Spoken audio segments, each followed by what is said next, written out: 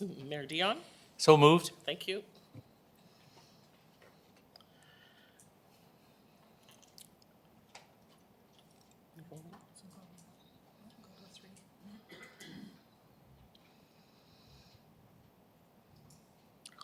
Everybody ready to vote?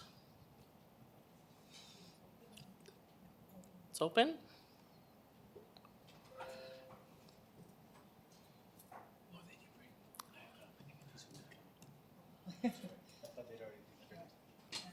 I'll close. Accept it.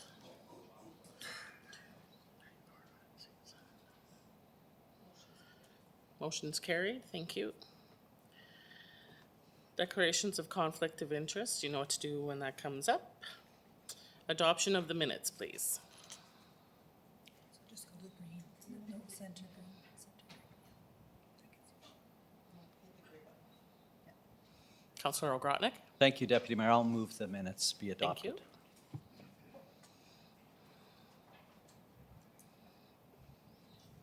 I'll open the vote.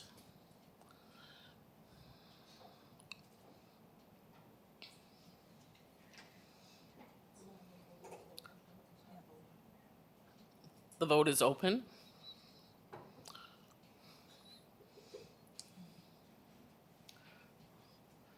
It's closed, and I'll accept it. Okay, this evening we have, are we all good?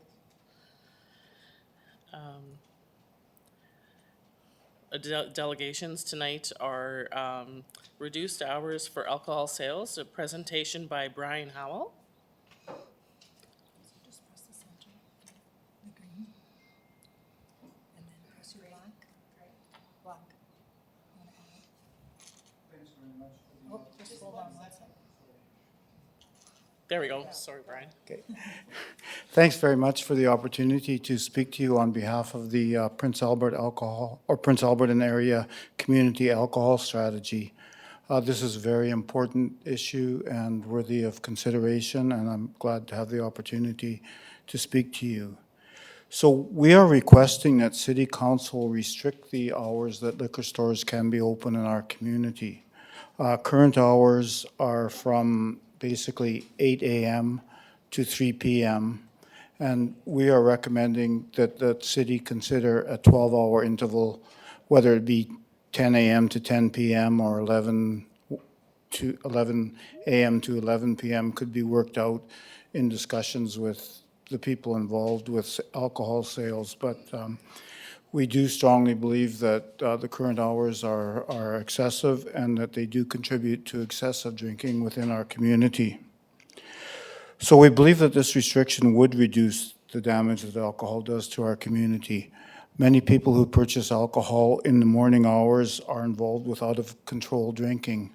And I remember talking to an RCMP sergeant who said basically that there was no good that ever came out of a case of beer purchased after midnight. Some people would say maybe even earlier than that, but that was his wisdom. Police, healthcare professionals, property managers, and citizens will tell you about the impacts of drinking within our community. They include impaired driving offenses, traffic deaths, violence, property damage, and the impacts on everyone in the immediate vicinity of these parties that we seem to have in our community that are out of control. We're not so naive as to think that this would stop Prince Albert's alcohol problem. However, it would reduce supply and reduce some of the impacts that we face.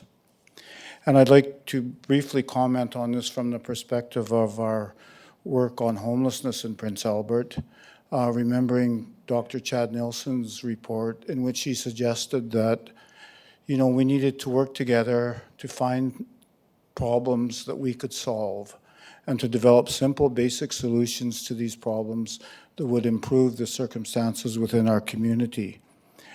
And when you see people lined up in the early morning hours at liquor outlets so that they can start their day at 8 o'clock in the morning with alcohol, or when you see people coming from you know, apartments and so on and loading up on spirits so that they can continue drinking, you begin to realize that these hours do have consequences and implications.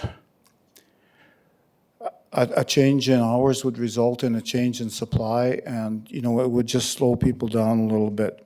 A classic example of a simple intervention with positive consequences. One of the responses we've received in discussions of this initiative is that it should be the responsibility of the province to regulate liquor store hours, and we do agree with that. However, this provincial government does not seem willing to address this issue on a local level, preferring instead to have provincial-wide regulations with apparently some discretion at the municipal level. And I think it's unlikely that we could persuade them to do otherwise. I think we in our community must consider who has the most to lose from this, from these hours that allow purchases of alcohol throughout the night. It's not their community that's, you know, impacted by drinking and driving, by violence, by fights that break out, by parties that go on and on. And so I think, you know, it's clear that we must take this initiative upon ourselves. Another response is that if we limit hours, then businesses in the surrounding rural municipalities will simply pick up the business and carry on. I think it's rather unlikely that an RM would feel that the benefit of a one minimum wage job might outweigh the costs of having lots of impaired people driving through their community neighborhoods late at night. However, we could certainly reach out to them and try and reach an agreement on a common set of hours for all areas bordering the city before we went into this, and that would resolve that issue. I think that we must consider, you know, we talk a lot about policing in Prince Albert, and the last time I was at council was over the $50 per unit charge that was imposed on everyone to support the policing needs of our community. You know, and I do support policing. I think our police work hard and do a good job. I think they're overburdened and overstretched by the level of social issues that there are in our community, and many of those are related to alcohol and to drugs. I think that there are way too many violent crimes in our region, you know, too many murders, too many assaults, too much impaired driving causing death. And I think that for the police, you know, dealing with this level of drunkenness is very difficult too, you know. People who are very impaired are extremely difficult to deal with, and they're also often dangerous as they're very angry and you know, make bad decisions. So I think in summary, you know, substance abuse is an issue for our community. Alcohol has proven to be a problem for many years here, and I do think in some ways this increased availability is making it worse. I see here an opportunity for us to take a position and, you know, to do something. And I would point you back to the decision that this council made on not allowing plastic bags anymore. You know, people predicted the end of the world, and yet you did it. It was kind of a non-event. I think, you know, you can apply the same principles to this and just look at a way to make a little bit of a better world. Thank you. Thank you, Brian. Is there any questions for Brian? Councillor Zepp. Thank you. Thank you very much for the presentation. It is much appreciated. My first question is actually, I believe, for the city solicitor, if I may. Just wondering if we were to ask for a public report on this topic about the reduction of hours for liquor stores and our abilities as such, would that be an onerous task? I guess I'm just wondering if that's something that would be very onerous for the office. City solicitor. No, thank you for the question, Councillor, and through the Deputy Mayor. No, it would not be an onerous task. This has been, there's been an opinion that has been provided on multiple occasions over recent years on the topic. We take some care not to provide legal advice in a public forum, but certainly the considerations that the speaker has alluded to are relevant considerations. That is, the government of Saskatchewan's legislative right to control the hours, case law that deals with a municipality's ability to control hours, and the exposure of a municipality that potentially that would attempt to regulate hours. This would not preclude agreements with businesses in the community, and there was a finite number of relevant businesses, but it would not include businesses that don't exist now or that might appear in, in other nearby municipalities later. But a report in that regard could be publicly provided, but we would take some care that there wouldn't be legal advice as part of that public reporting. As a result of that, I would suggest a motion that administration provide a report on this issue at an upcoming executive committee meeting. And just to the presenter, I really appreciate the care and the information and the taking the time for the committee to bring this forward. Very good points. I don't know if anyone could disagree that there are these concerns. And, I think it is something that I would like to hear information about from City Solicitor's Office here. Thank you, Councillor Zepp. I do believe that Councillor Zurkowski did have a report coming on that. And so if we could possibly wait for that.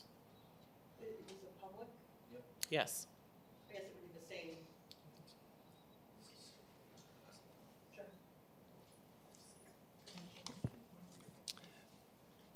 same. If I may, Deputy Mayor, Please. all reporting has been current, all reporting, and so I'm not sure if there was a request for public reporting in past, but all reporting that was required from administration has already been reported.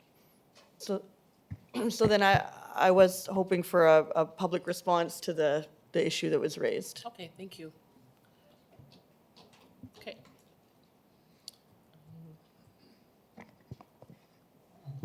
Councillor O'Grotnick. Thank you, Deputy Mayor. Thank you, Brian, for your presentation today. I agree a lot with a lot of what you said today. However, what I really would like to see is maybe as a city, we and as your organization, put pressure on the provincial government to and standardize it across the province. 10 years ago or 15 years ago, we did limit alcohol and the buying and the purchasing of alcohol. And it's just in the last 10, 15 years that it's become very, very unregulated almost.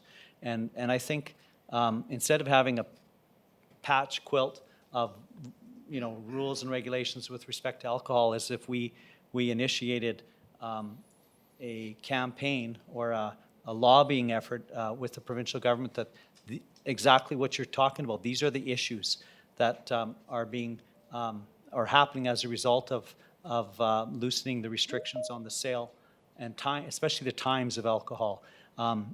They've, and I'm not against all the different changes that they made where alcohol can be purchased. I mean, I wouldn't go to a theater and have a beer. I don't see a need to do that, but some people do, and if that's the law, that's the law. But I agree with you that we need to put pressure on the hours of operation. I don't see any reason why somebody needs to purchase alcohol prior to 11 o'clock in the morning, which is the way it used to be.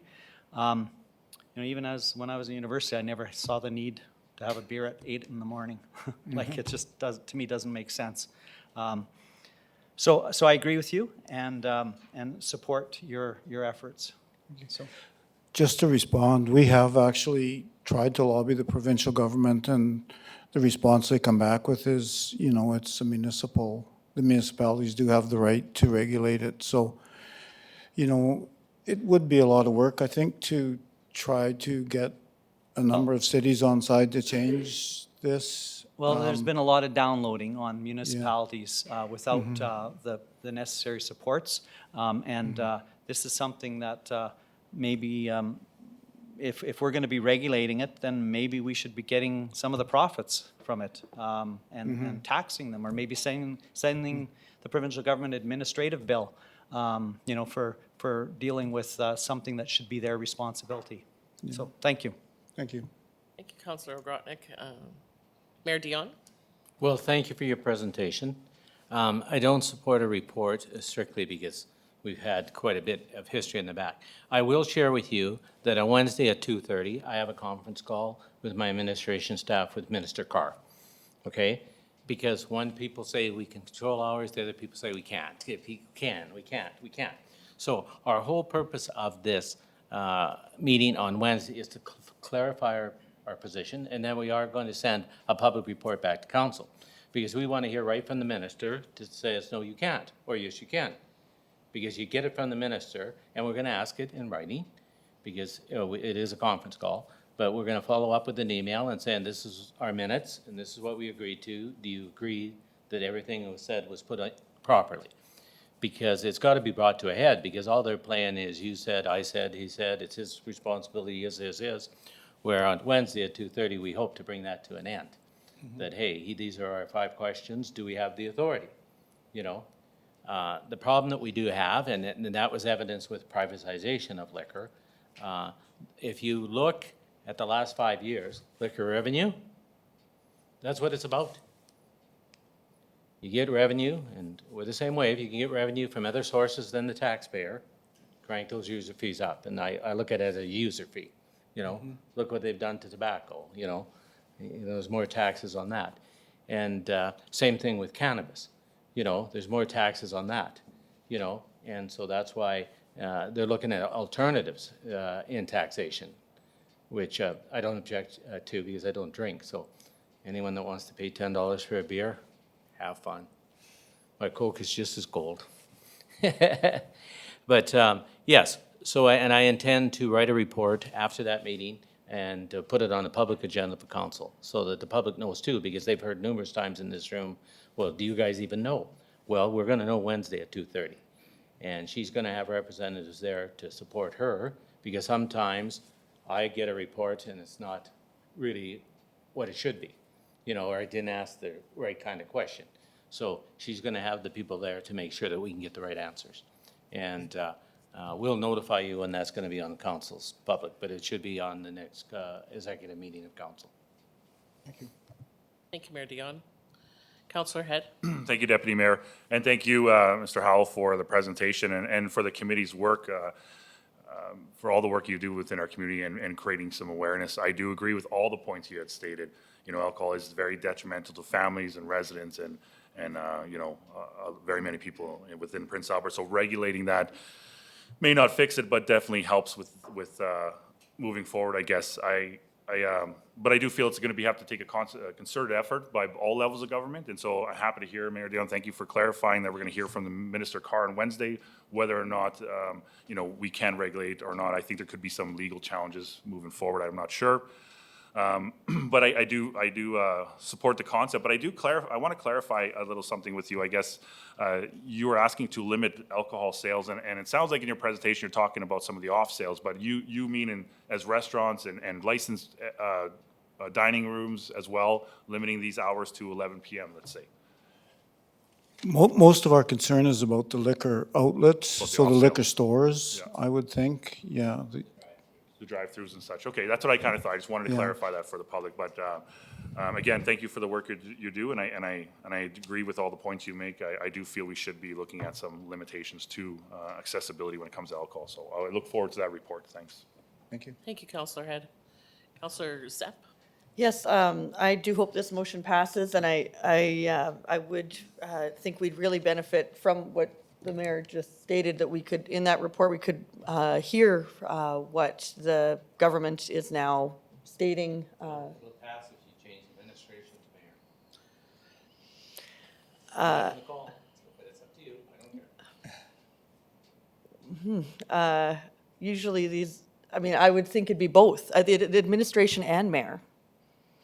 Because that's the, and so I think we would really benefit from hearing what the provincial government is clearly stating about our powers. I think that, to me, that, and I think I'm hearing around the room, that's really the sticking point, our power, our municipal powers to do so or not is a major question.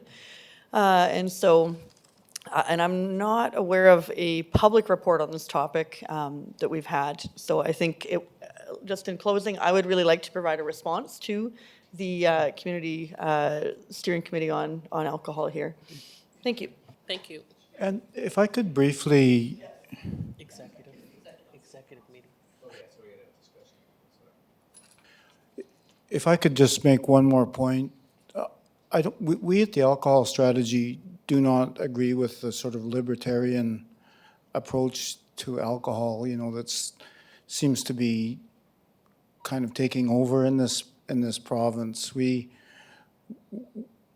We're well aware of the problems that come from alcohol, and we would like to see the province actually restrict this sort of activity. It's just, we're looking for, and we tell them that too, you know, it's not like we don't talk to them, but you know, it's just, we're looking for a really practical solution that we can implement locally and hopefully have an effect.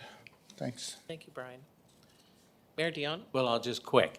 Where I'm getting frustrated with the liquor laws, 365 days a year, 5 hours a day is all when you can't buy liquor.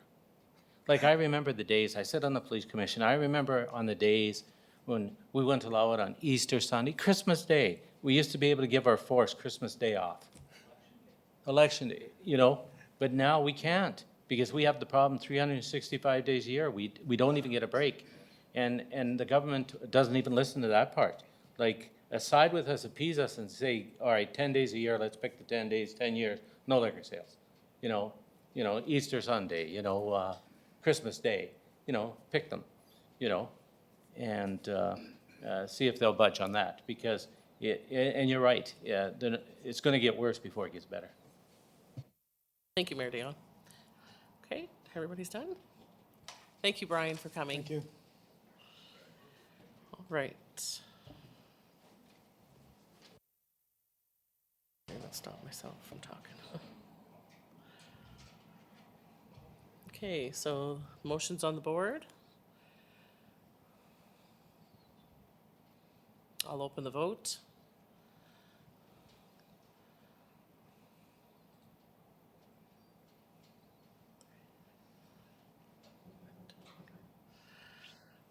Accept. Is now joining. I guess our next invited guest is here. Okay, so did we? Okay, accepted. Okay, 5.2, a request for change of zoning bylaw regarding a number of cannabis stores allowed. And the presentation's done by Carrie Mitchell, president of Farm Jane Cannabis Company. Are you there?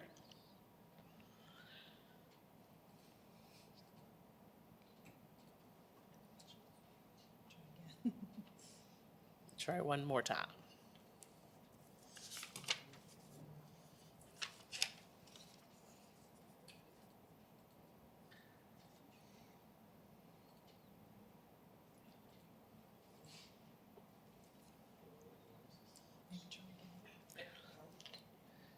Hi, Carrie, are you there?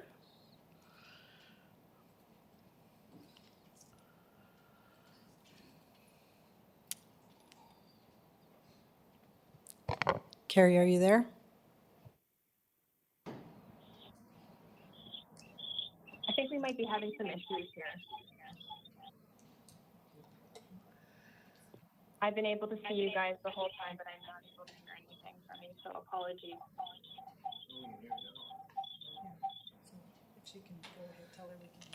We can hear you, so you can go ahead if Is you'd now like. exiting.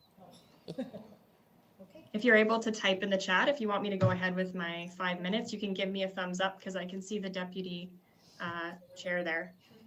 Is that what you're asking for? Wonderful. Yep, you're good to go. I hope you guys can see me. I apologize, I won't be able to answer any questions because I won't be able to hear them, but let's go with this. So thank you so much for the opportunity to present to you today. I'm the president of Farmer Jane Cannabis Co. And I'm here as a delegate coming from Regina. Apologies for not being able to be there in person. It would have limited some of the technical issues. I was on the host organizing committee of the Saskatchewan Winter Games and just wasn't able to get up to Prince Albert today. I know you've received previous requests today to review this bylaw that's in effect for the number of cannabis stores in the city. However, I do believe that we are a little bit different than others who may have approached council. As a local Saskatchewan company, we're invested in our communities, and I understand the importance of working together in this province, having spent several years as the Chief Brand Officer for Economic Development Regina and Tourism Regina. You know, Farmer Jane, we operate differently, and I just want to give you a few examples of that. We recently received the ABEX Award from the Saskatchewan Chamber of Commerce in November. This past October, we raised 40,000 meals for food banks in our communities, and we also partner with local organizations, whether it be SGI and the Saskatoon Police. Just this last week, we actually launched a lotion that was developed by Pasqua First Nations just outside of Regina here. So why is this important? You know, I do believe that running and operating a business in any community in Saskatchewan is very important because I am a community member with children who are living and growing up here in the province. And I just think working together to set up strong business will just support communities. So really, what else do I want to talk to you guys about today? Because I know I don't want to take up too much of your time. You've got lots going on. I do believe that we need a robust and proper bylaw framework. It's very integral to fostering a healthy ecosystem. It's one of the most direct ways that as a municipal government, we can work together to contribute to the success of the economic vitality of your city. It's critical that we work together collaboratively just to curb illicit sales and make sure that youth remain protected in our communities. You know, what could happen if you don't consider this bylaw? I want to just bring a few examples up here. So, you know, in looking at Moose Jaw, that's a comparable population to Prince Albert, around the 35,000. I'm from Moose Jaw, so I know it's stuck there for the last 30, 40 years. They currently have 4 stores operating Moose Jaw. We actually believe there's even more opportunity for stores in Moose Jaw. And so when we look at Prince Albert with 3 operating stores, we do believe that there's opportunity to bring more cannabis retailers to the city. Why? You know, when we think about why there's a free market and the benefits of that, it really promotes innovation. It promotes competitiveness, and doing a quick review of some of the pricing that your retailers in the city offer, they're actually around 10 to almost 30% higher than what we offer. And why is that important? Because, you know, you may think about more stores. I can already think about some of the questions you might ask, but more stores doesn't actually equal more usage of cannabis.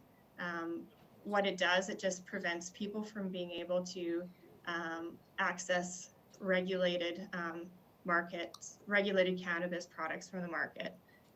They're going to be turning to the illicit market, and really that's the biggest thing we want to be doing is curbing illicit sales and promoting healthy and safe communities. You know, what else could happen? There could be a business that opens up outside of city limits. In turn, that would be a loss of property tax revenue in the city, and we could lose out on collateral business. I do believe that, you know, if you are looking at bringing in an additional cannabis stores community, you should consider a local Saskatchewan business that cares about community and has strong values to promote people within your community. We do offer well above industry average wages and plan to do that going into the future. I just want to thank you for your time. I won't take any more time up, and maybe just throw a chat, or Terry, you can send me a note on email if you'd like me just to leave the meeting if this is too challenging to work with. Hi there, we still have we have questions for you, so, hello, can you hear me? She can't hear me? No, I can do it. Okay. Counselor Langsep. Thank you. Sorry, I can't hear you guys. Thank you. I can see you though. Now I know how you folks felt. I was on the screen. I am going to request to move a motion that administration provide a report for an upcoming executive committee meeting.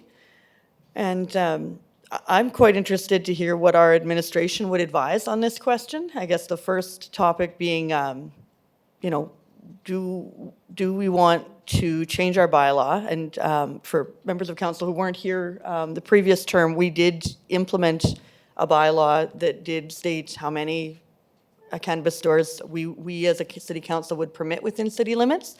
And so this is something different. This is within our power. So I'm interested to hear from our administration what they would advise is, you know, should we be considering, you know, another taxable business in our community and accessing property tax in that way? Should we be considering if these stores do curb illicit cannabis use in our city? But I'd like to hear that maybe in a thorough report format from administration. Thank you. Thank you.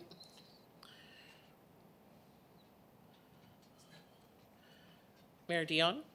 Okay, first thing, before I give my general comments, if you could type to Carrie to let her know, if we did change the bylaw to allow a cannabis store, there is absolutely no guarantee that she would get it. I thank her for her presentation, but we would not change the bylaw and say Farmer Jane's gets a license. We probably have 15 people waiting to buy licenses from us. And so I thank her for her presentation, but I just want to let her know that if there is a change coming, there is absolutely no guarantee it would go her direction.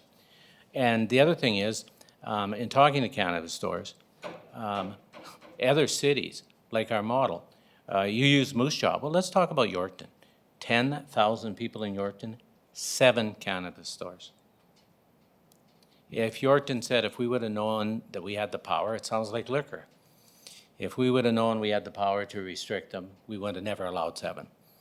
Because he knows a couple of them and none of them are doing well because there's only a certain amount of pie that uses the cannabis. So you're going to divide that pie 5 ways, 10 ways. I'd sooner have 3 or 4 healthy businesses paying property tax than 4 or 5 that are struggling and then end up closing and then we end up with nothing. I think our model's very good. I think it's innovative and I think we're a leader. Pot, whether you like it or not, is addicting. You can argue that. Use the same argument about alcohol, it's not addicting. So I won't be supporting this motion because I like the bylaw the way it is. It's working. We've had one public request. The rest of them come to the department. The department just says, no, sorry, you can't have one. And they move on. This lady, I give her credit, coming, but I can assure her that, you know, I doubt if she would get the license. We'd have to come up with a process on how we're going to do it because we would just not give it away to one person that made a request to us. We're a public corporation and we deal publicly, and so we wouldn't allow that. So I won't be supporting it. I support the bylaw the way it is. When we did it in the last term, we did it very thorough. We covered all our bases. We asked all the right questions, and I think we're an industry leader. The illicit drug market, we have no control over that. We have no control. You want to talk about why the illicit drug market is flourishing? Because it's cheaper, better quality. This thing has been studied to death. Illicit drug sales have actually increased since they've legalized pot. Customers want more. They can't get it locally. So thank you for your presentation and thank you for being aggressive in the market. If I owned your company and you were out there doing that, I'd applaud you. But I just wanted to make a couple of points. I won't support it. I support the model that we have. And even if we do decide to change the model, there'll be a process. There'll be no guarantee that you won't see a motion that we give one more license and it's to Farmer Jane. We don't do business that way. We're open and transparent. So thank you for your presentation. Thank you, Mayor Dion. Councillor Kimwer. Thank you very much. I am in support of getting a report and revisiting this topic strictly on the notion that when I think about the cannabis sales or industry, I'm not thinking of, necessarily about the high. I'm thinking more in terms of the new markets that are available and the use of cannabis in medicinal ways, which I have no, I'm not an expert, have no idea. So I do think it is worth investigating how our business opportunity could help our city or not. I do believe that market could dictate what we're going to do or not. So I look forward to a report that just expands the boundaries a bit more, takes a look at what you guys had investigated and done, done good work previously. But is it still the same? What have we learned? What can we do? So I am in favor of this. Thank you. Councillor Zepp. Lennox Zepp, sorry. That's fine. Either is good. I have a counselor for the Director of Planning. Can you just refresh my memory? Do we charge a fee for those business licenses for cannabis stores? And if we do, can you remind me how much we charge?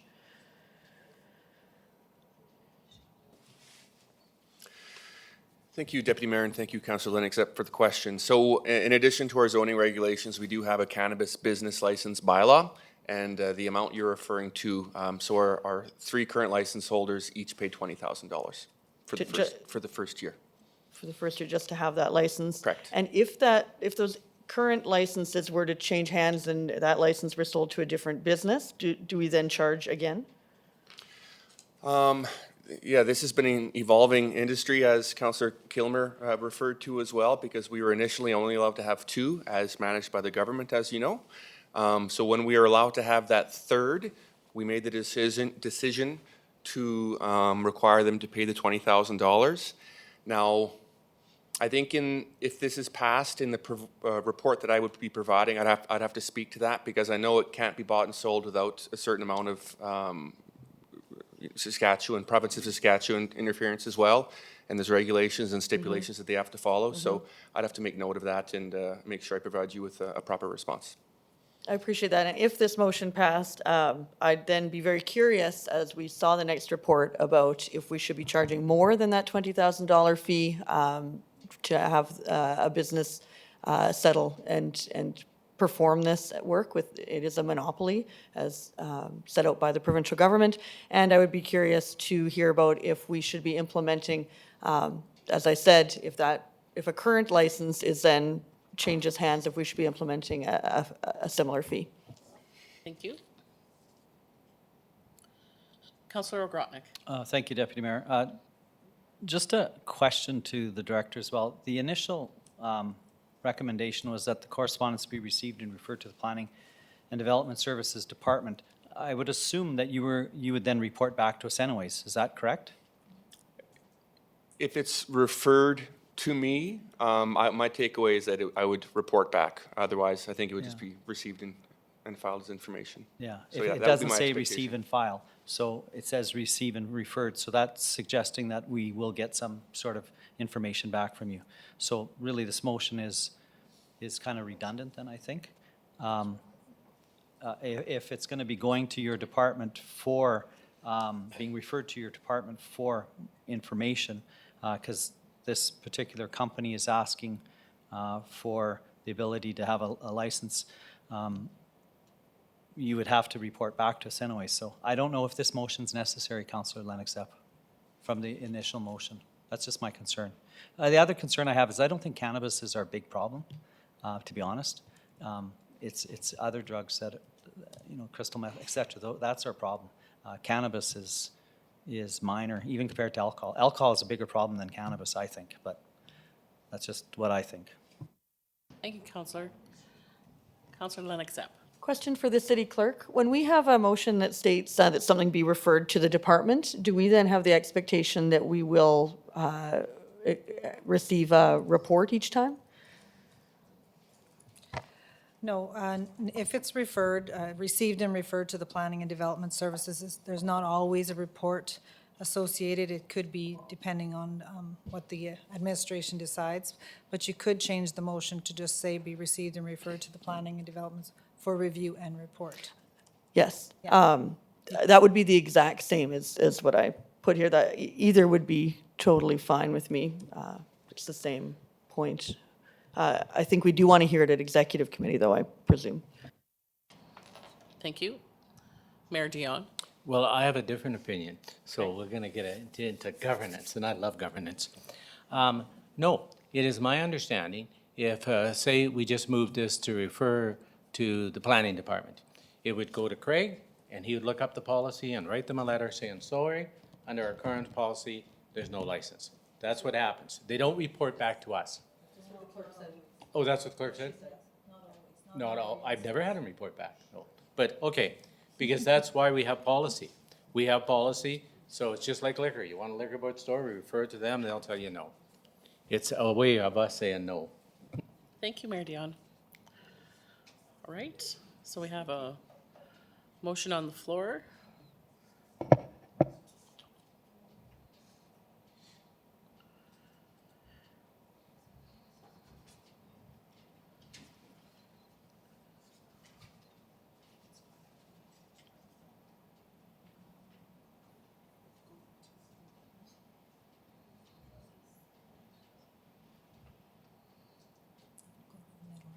Go to the middle again. Middle. No, you gotta go over. Thank you. I'll open the vote.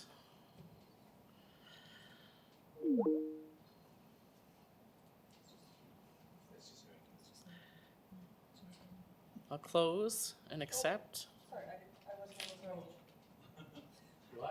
don't know. It was a yes vote, obviously, as a movement. So, yeah, Sorry.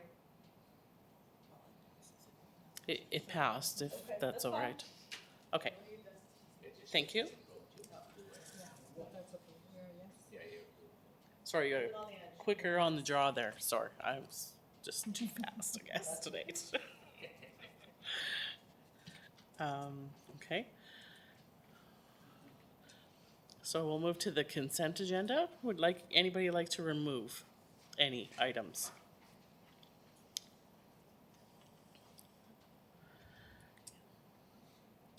Councillor Ogrodnik. Thank you. Just 6.8, I'll say what I need to say when it comes up. That's destination marketing, yeah, 6.8. Okay. Thank you. Councillor Lennox Epp. 6.1. Thank you. Councillor Head. Thank you, Deputy Mayor. I had a couple, 6.2, 6.4, and 6.5. Might as well, there's not left on there, not much left on there. 6.2, 6.4 and 6.5. 4, and 6.5. Okay, and you're gonna receive and file the rest? Yes. Yes, I'll move to restate the file. Thank you. Yeah.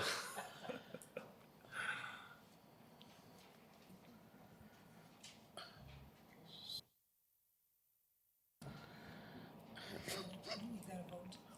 Oh, yeah, I gotta vote. For consent.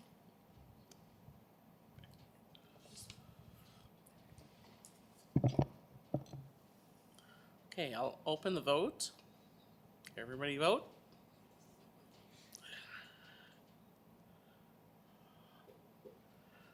Thank you. I'll close and accept. Thank you very much. So 6.1, a request to make a donation to the city in lieu of property taxes over 5 years period. Councillor Lennox Epp. I'll move the I'll move the recommendation. I just had a question for finance. I don't know if you'd have this information here, but it's being proposed $26,000 to be a donation in lieu of taxes. Do we know what the tax bill would have been if we were not doing donation in lieu of taxes for the Elks Club?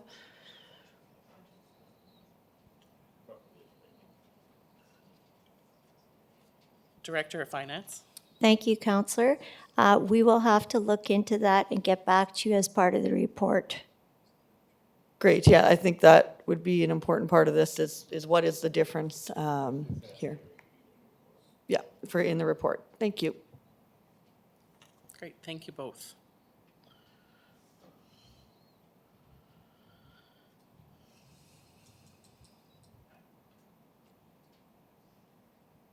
Where do I find that on here? Where do I find that on here?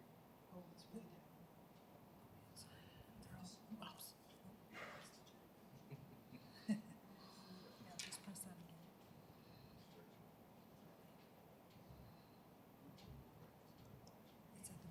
It's at the bottom,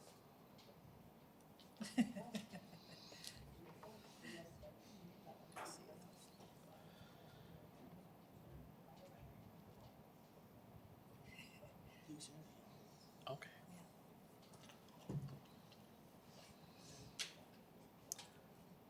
Okay, the vote is open. Thank you. Closing it. Accepting.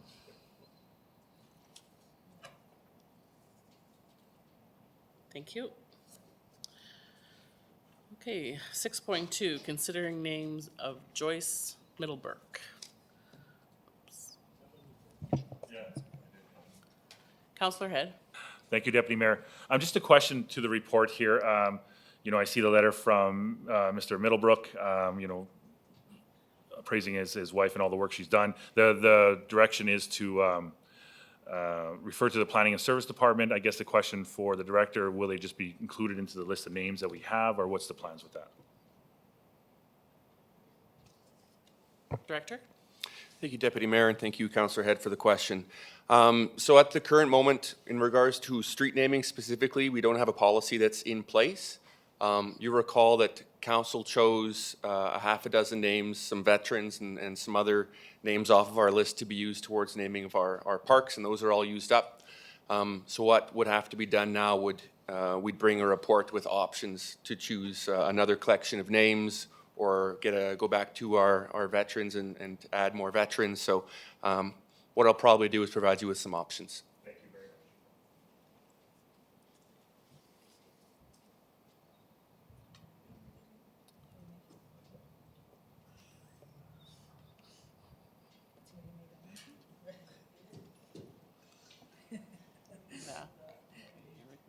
Yeah. Yes, sorry. Deputy Mayor, I'm moving the recommendation. You're moving? Yes. Thank you.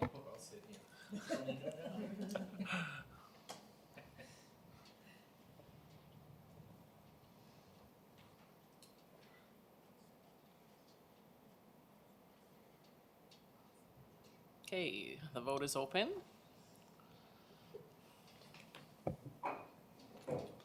Closing, accepting.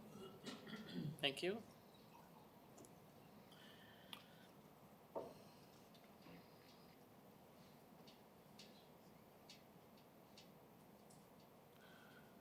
So subdivision application for 143 44th Street West, the arm of Prince Albert. Thank you, Councillor? Deputy Mayor. Just a question again. I noticed a difference in this file. You know, the RM wants our comments only, so about the sale, but it's not in our jurisdiction, so I don't know what we would say to this or what they're expecting. But it does say this information will be filed accordingly, is the recommendation, I guess, just some kind. I see that the administration has no comments, but can you speak to this a little bit, please, Director?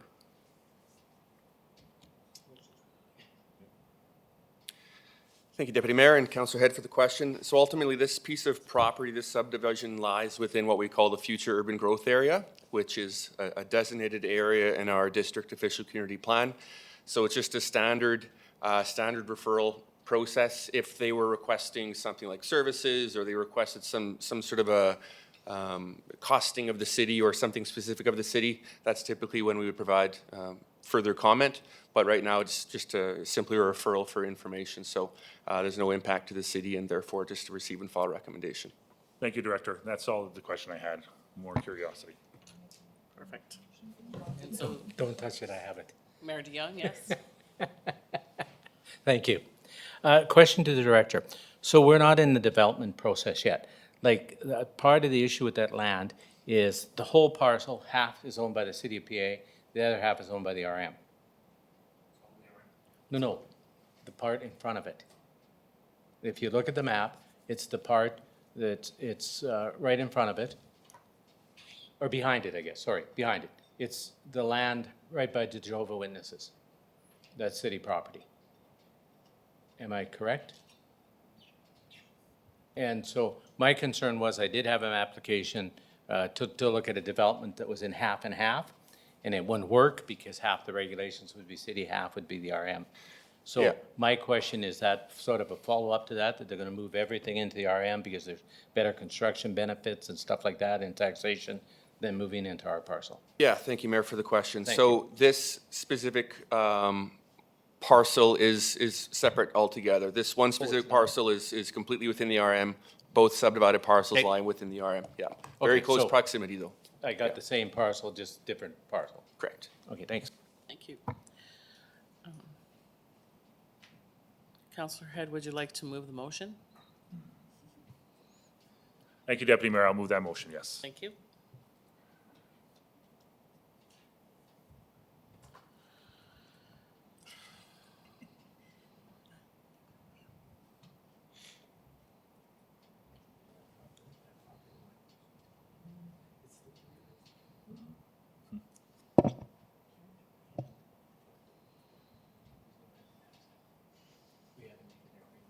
The vote is open.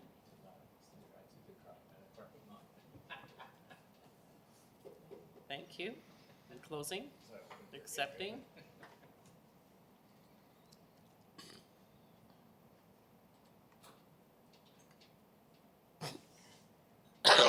Excuse me. 6.8, February 14th, 6.5, January 31st, 2023 Management Committee minute meetings. Thank you, Deputy Mayor. And we've laid on already.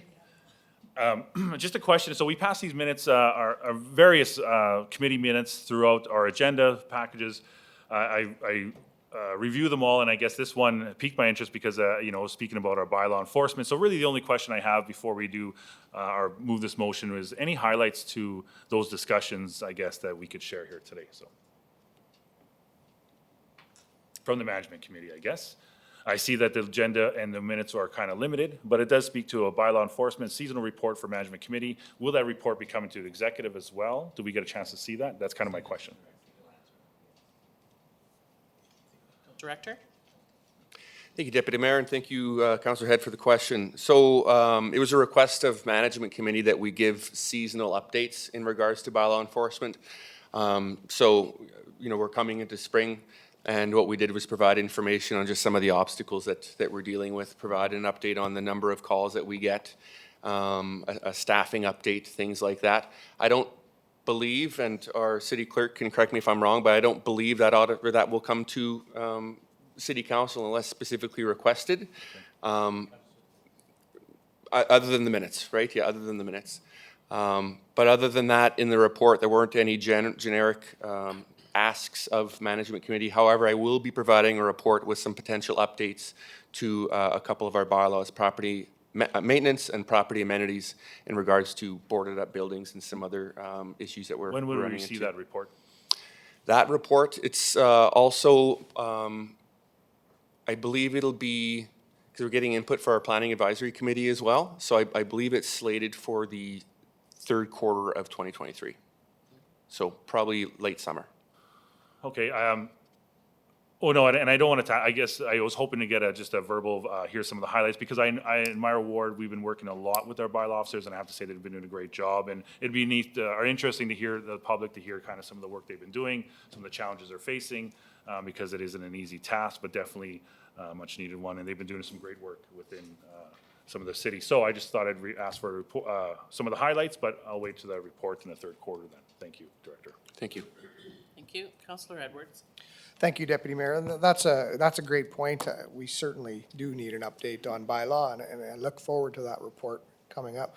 But it flags me a little bit in thinking that we also need some updates on just the general committees that we are part of. I believe that council should report on certain committees that we all sit on. And we don't hear verbal information coming from what we're hearing at some of these committees. Yeah, it's pointed out in some of the minutes, but I think it's important that we have a look at it. And you know, even the golf course or police or, you know, any of those committees that we can share public information, I think it's important. Whether it's once every 6 months, once a year, we all sit on committees, and I think the public need to know what is occurring on those committees and what we're doing, because we're not just going there twiddling our thumbs. There's good information that could be out into the public. Thank you. Mayor Dion. Yeah, and that's why we supply the minutes from all committees, because that's what's approved. I don't think I'd want a report to talk about general discussion and then find out it was defeated. You know, so I read them all. I really am pleased with both the planning and community services. I hardly have any questions. When you read through, you can see they're doing the work plan and things are moving forward. And so that is one of the reasons that we made this policy, that all committees' minutes come to council so that we know what they're talking about. So I do support this. Thank you. Councillor Head, would you like to move your? Thank you. Yes, I would. Yes, I'll move that motion, please. Thank you.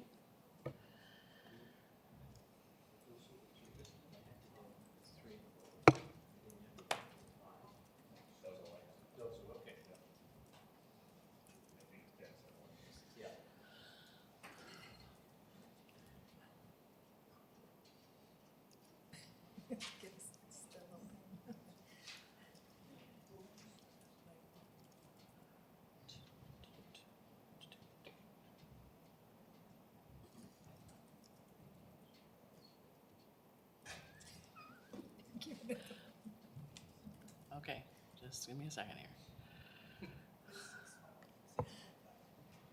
There we go. The vote is open. Vote is open. And I'll close it. And I'll accept it. Whatever it may be. Thank you very much.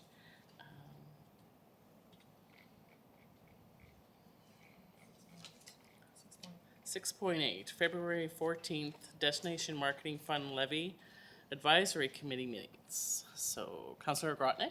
Thank you, Deputy Mayor. Just a correction in the minutes. It says I was present. I wasn't present at that meeting, and so I should be marked as absent. And the reason I think it's important to correct that is, you know, I don't want to be accused down the road by some petty organization of a conflict of, you know, frivolous conflict of interest or something like that. So that's why I need to make sure that this gets corrected, that Thank you I very wasn't there much. to vote on those motions. Thank you. So I'll move the motion as corrected, Perfect, thank you. or something to that effect. Thank you.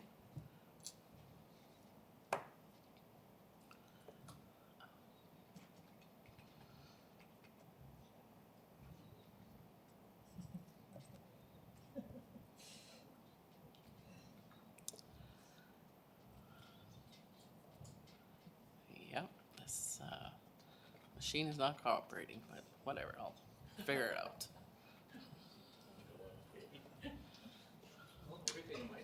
My nails are too sharp or something. Just kidding. Yes, it will be, yeah, before the minutes are signed.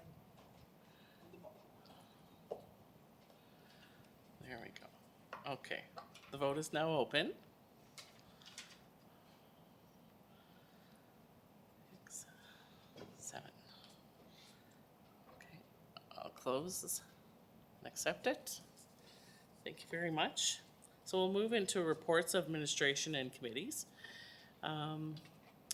7.1, wastewater treatment plant detail design upgrade, update, sorry. And PowerPoint presentation we're gonna have.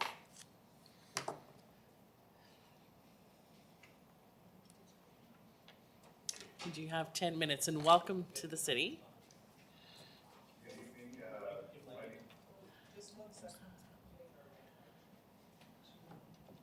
Okay. And there we go. Okay, good evening. My name's Ryan King. And I have Anna Cleaver here. We're your engineers that have been working on the wastewater treatment plant upgrade.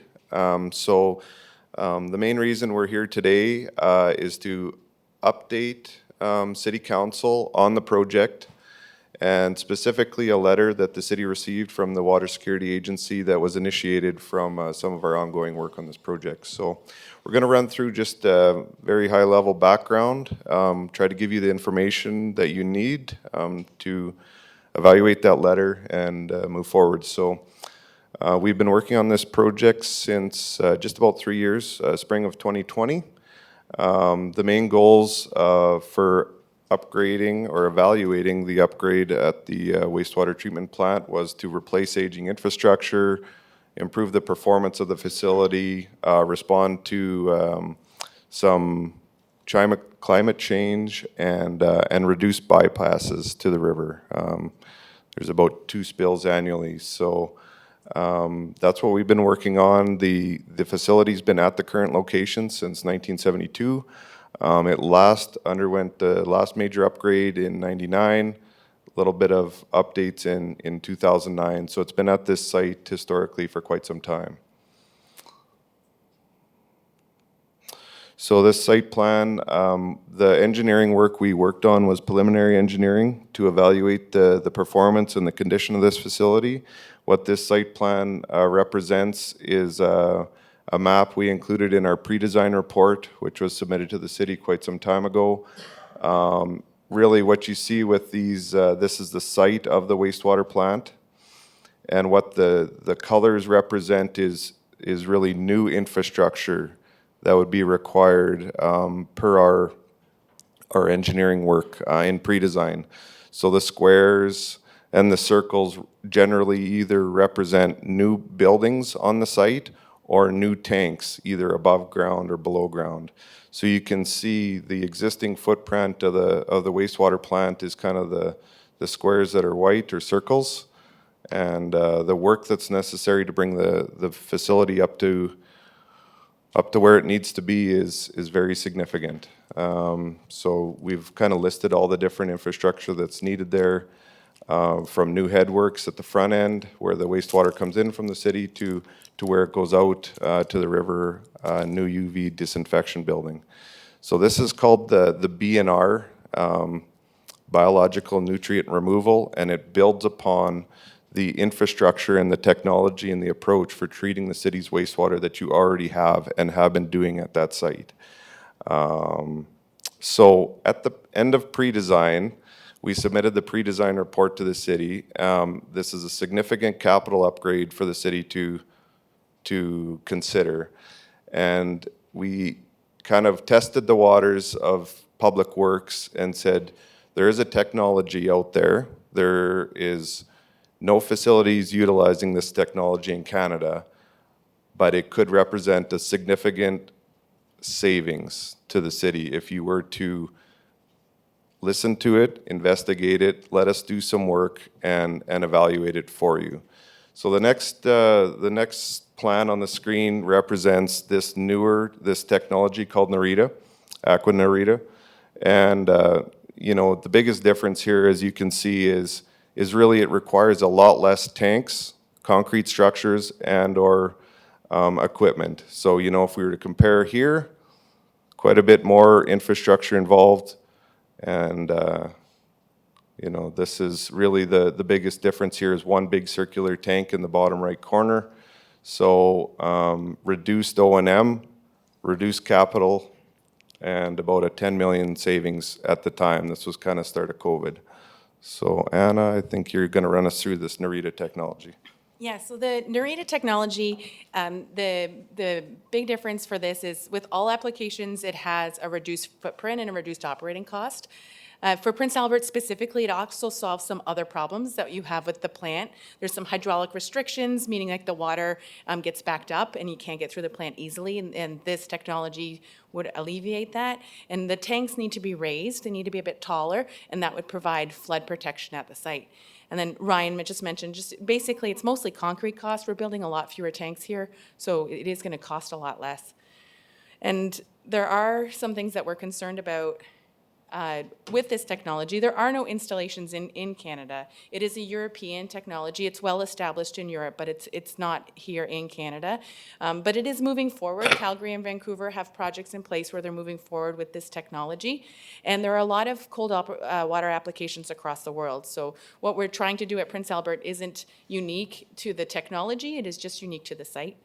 It's a proprietary technology, so we do have to purchase it from a sole supplier. And, you know, some of the challenges that people that implement this technology have is there's an increased requirement for instrumentation maintenance. But currently at the Prince Albert site, you already have staff specialized in instrumentation maintenance, so that's not really a challenge. So the reason it's different, like people talk about this as a new technology, but the science is the same. The science is the same as the site plan that Ryan showed with all of the tankage.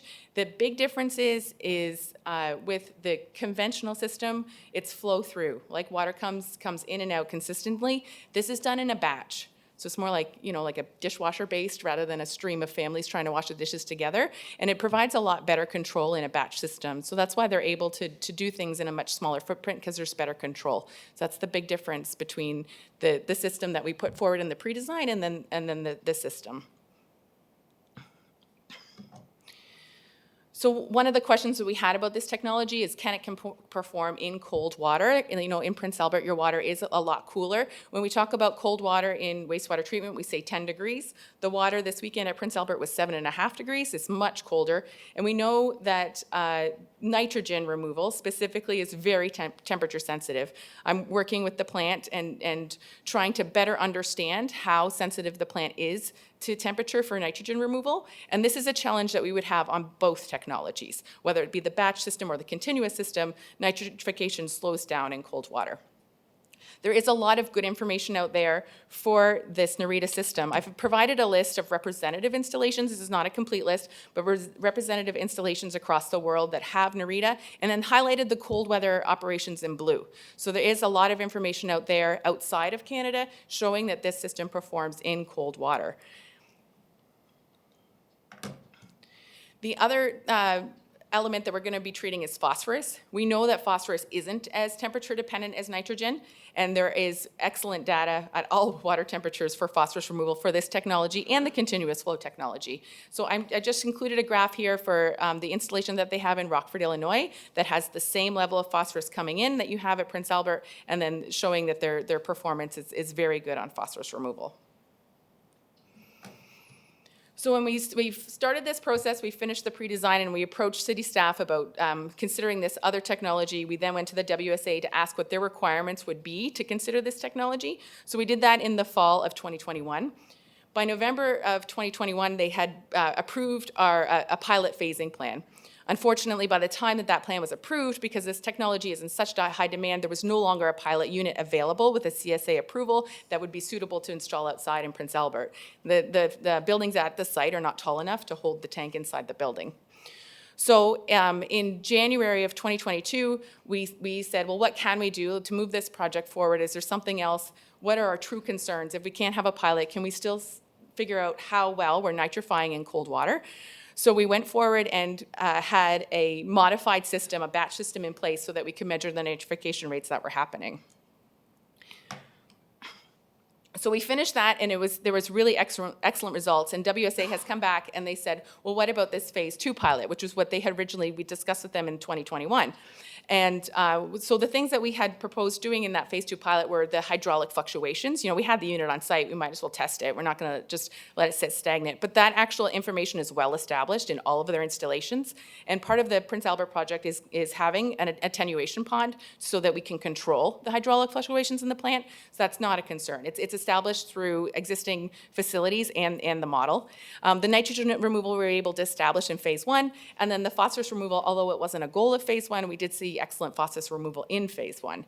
So I've just included a little chart here showing the performance of the phase 1 pilot and how well it did perform. It was really excellent performance. It outperformed the plant for the entire time of operation. So we're confident that the site-specific conditions as far as like carbon coming into the plant and the balance of nutrients, that this would be a good application for Prince Albert. So I'll try to sum this up in my 9 seconds.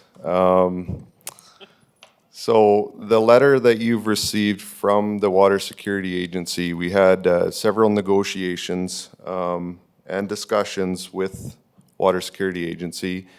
What we've laid out here is what their concerns are and what the resolutions are. And the letter that City Council received was a result of those ongoing discussions and negotiations, which took really 6 months. And we got it to a point where there's 2 options that are in the letter for City Council, and that's what we're here to provide this information on. Their concerns generally, as we've laid out here, are they wanted more data. They wanted more data. They wanted another full-scale pilot. They wanted us to capture this and that. But the truth of the matter is the pilot that we did run in Prince Albert was so successful. We have it exceeded our expectations and gave us full confidence that that this would be an applicable application for the Prince Albert facility. So you can see the phase 2 pilot we're talking about is in the Water Security Agency letter. If you were to move forward with a phase 2 pilot, the cons are it would cost the city about $700,000 in piloting costs. It would really not provide the data certainty that Water Security Agency is looking for, you know, and it would really delay the project another year. The pros were you'd have a lot of data. Whether that's actually a pro or not is debatable. So we are recommending to the city that Nerita is an acceptable technology. We are not recommending further piloting at a minimum cost of $700,000. And we would like to note that the second bullet there is very important. During the pilot in phase 1, which was the Nerita equipment, the Prince Albert wastewater plant staff ran that pilot themselves. So there was guidance, but they ran that for, what, 4 months? 4 months. So it outperformed the plant during that time, and the staff was able to run it. So thanks. Sorry, I ran out over time. That's good, thank you. So we'll go to questions. Mayor Dion. Thank you for your presentation. Well, I believe we need more time. I read the letter, I met with the staff, they kind of convinced me, but then I read some more information, asked the government for more information, then I flipped my mind again. So I don't support it at the moment. I want some changes. You said, you know, the pros and cons. In that letter, they said an extra warranty. Did you get that? Like it says in the warranty up to that, then we should get 2 years. Yes, there would be the process guarantee from Nerita in the contract documents when we get to that point, yep. So we will get 2 years extra warranty? Like Yeah, they we suggest would do? negotiate that to meet the terms of the Water Security Agency letter, yep. I think we would negotiate that before we decide the construction in case they don't agree. So I'm going to put you right on the spot because the last time I got in a debate with an architect, I've been in court for 12 years. You say you guarantee it, you're successful. So you're going to put your stamp on it. So if it goes sideways, there'll be no cost to the city, that Ecom Engineering will pick up all the costs because they recommended it fully, 100%, and then it failed. And that's what happened before, and who pays? The taxpayers of PA. So I'm not going down that road again. I need stronger guarantees. One guarantee would be a letter from your firm saying that you'll take on the liability. Because the other thing is, I've learned another lesson in my life, and I'm 70, is that don't be first. I'll give you a list to tell us car drivers. Don't be first. And that frightens me. We're the only one in Canada, granted Calgary and Toronto's looking at it, and Vancouver. You know, So that's why I don't even support the trip. I don't even want to go look at something till we get enough data and insurances for council to make the right decision, that we agree with that, we're gonna go with that process.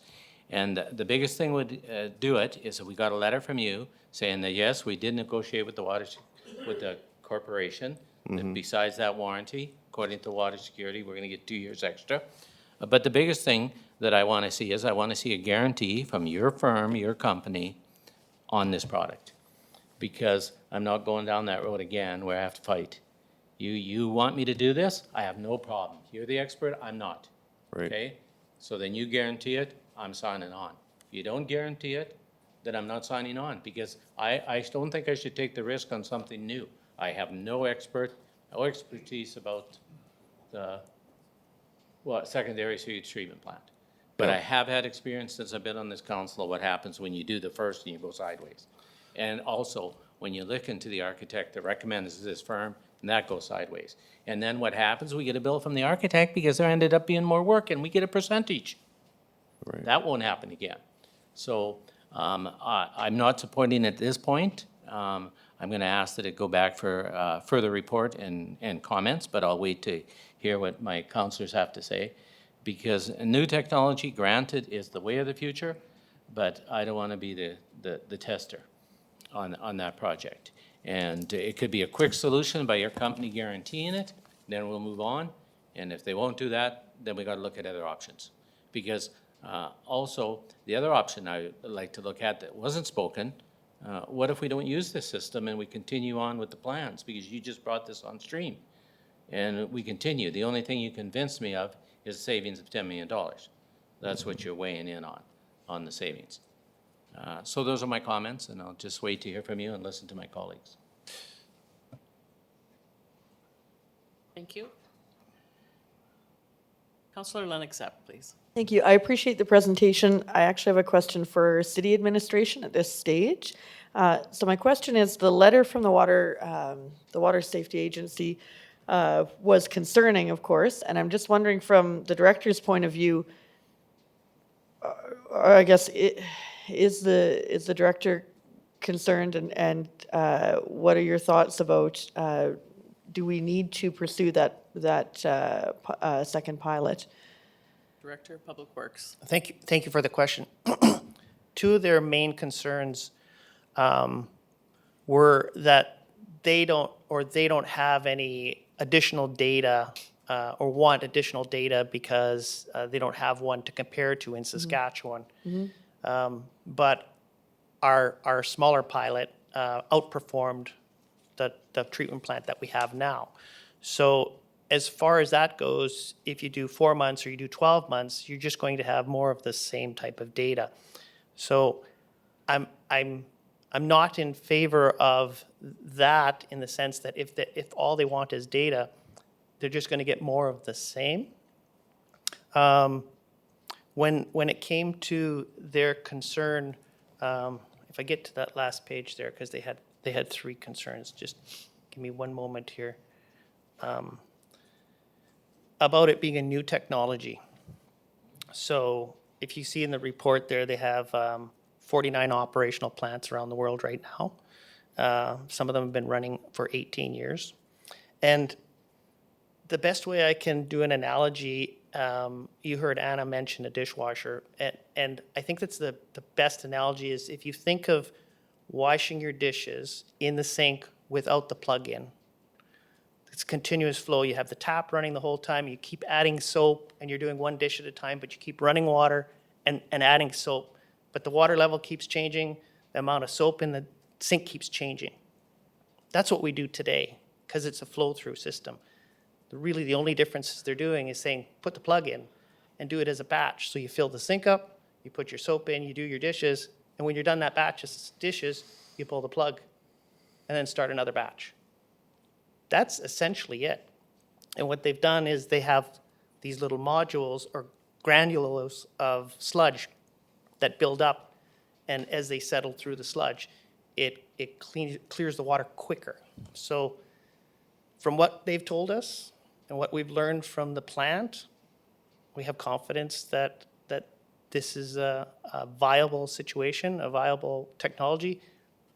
And the value here would be that one of the recommendations was to send our staff along with the engineers to Whitefish, Montana, because their plant is running and it's in a cold climate. It's not too far away, one border over.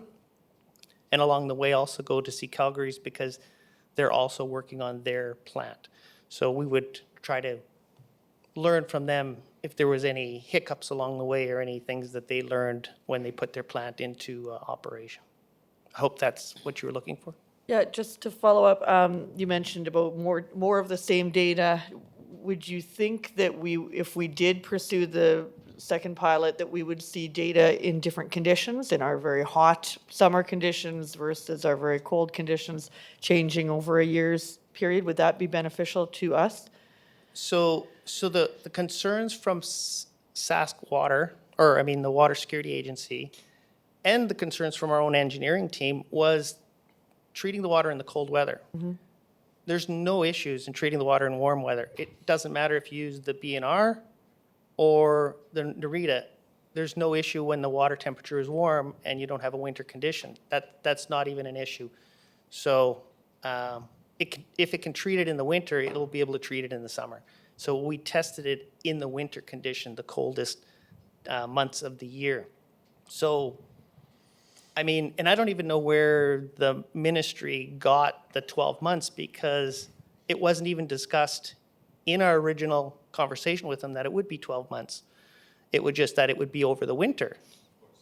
So I'm not 100% opposed to it. If council wants to go forward with a phase 2 pilot, then we'll arrange to do that. But I guess the cons that the engineers have noted is we have to put everything else on hold for a year. But we also have to budget for approximately, and I think I quoted $726,000, which is not budgeted for. Can I ask about that $700,000? Is, I guess, what makes up that cost? And would we then have cost savings in not using other chemicals during that time period? No, because the pilot is only going to treat a small portion of the flow of the sewage plant. Okay. It's, think the size of a tractor trailer unit, and it's going to just take a piece of the stream and treat it. And we're going to test that versus the plant and compare the two. That's what we did with the small plant. So this would just be doing it a little bigger. You saw the picture of our treatment plant. It would fit in a bedroom. In this case, it would take up a little more than the size of a garage. So you'd treat a slightly larger volume of sewage for a slightly longer period of time. But there's the cost of getting the pilot here and setting it up. That's Narita's costs, which is a significant portion of that. There's the cost of our staff operating it, and then they have to do daily testing. The big cost for us directly is the packaging of Perlator, because we must send the tests off to the SRC in Saskatoon, and that becomes like a daily operation. So there's not a few $1,000s, there's tens of thousands of dollars worth of testing and Perlator costs. And then there's the cost of the engineers to review all that data and then tabulate it and then submit it to the Water Security Agency. So that's the culmination of our estimate at $726,000. Okay, and if we were to pursue Narita in this manner and build a design around Narita, and then Narita, sole proprietor, somehow has supply issues, or for some reason we can't access the chemicals and those necessary, what would we do? Can we use a different system, or what would the backup plan be? So there's no chemicals involved, and the proprietary part is and I think Anna would probably be best person to respond to that. But what they've done is they're just taking the sludge and they've learned a way to make it into little balls with a very porous surface. Think of in water treatment, it's carbon, and it takes all the taste and color out of water. This is kind of in the same process, but it's the sludge. And it pulls in all the other sludge and helps it settle to the bottom quicker. And so they've been in business for decades and supplying around the world. Once you have your your original batch of sludge. It's like making wine or beer. You've started the process, you've got your batch started, and you can continue to make your own. But I think Anna would be better to explain that process than I would. Yeah, the Nerita system doesn't use chemicals. It's completely biological. It's just it's a finer control. So like current days, like maybe we test the wastewater once a day, once a week. It depends on your practice. But this has constant online instrumentation that's watching it all the time. And basically what it does is it watches the oxygen levels in the tank. It takes it down to like a certain level of fermentation, and then it puts air back into the system. And so that's a time-sensitive system. You know, that happens over 15 minutes. And so you can't do that manually. You have to do that with instrumentations online. So the technology, the cost is in mostly the IP. What comes as parts that you would be concerned about supply is just a few plastic pipes in the bottom and then some stainless steel weirs on top. So there's nothing too specialized that would come with the plant. So the supply chain issues isn't the problem. Like it can be resolved. They can source that from other things. It's just like miscellaneous metals fabrication. So if we built, the same question, if we built this design to Nerita, the standards we need, and if something were to happen to Nerita, what would we do? Like you mean like the plant wouldn't perform, or Nerita as a company? Company, if the company Yeah, had so an their issue. parent company, Aqua Aerobics, is well established. It's been in the wastewater industry for over 40 years. So often when we pre-purchase equipment, we kind of, test the solubility of the company and see if they're, like, what would happen if they went into bankruptcy. So Aqua Aerobics, the parent company, is a well-established company, and there's very low risk there. If I could add to that, it happens all the time in our plants, the water plant or the wastewater plant. You might have a part of your plant, one of the mechanical parts, pumps or motors or moving screens, and you got them from a certain manufacturer when you built the plant. They might not even make that part anymore. It's just like when you have an older car and you can't get a replacement part, so then you get an after market part, or you make it yourself. We make a lot of our own stuff, or we get it machined when we're working on some of the older parts at the wastewater plant. So if I could just add one thing, the risk is, and the approach is really no different than at the water plant. When you did an upgrade 10 years ago, you used a technology that was fairly proprietary called ActiFlow. And so that same risk of what happens if John Mounier, who supplies ActiFlow, were to go bankrupt or whatever, So that risk kind of exists in our market, in our business every day in these facilities, because we go to specialized vendors to get equipment, and you deal with it if they get bought out or whatever the case is. Very seldom do they just disappear, vanish. They're usually bought by another company. So, Thank you. Councillor Kilmer. Thank you very much, and thank you for the report and the slide presentation. I am more inclined to be in favor of this. I hear us saying the word new, and I am not worried about new because it is tried and tested. I think that we have seen what they have said and provided about companies that this technology has been in place.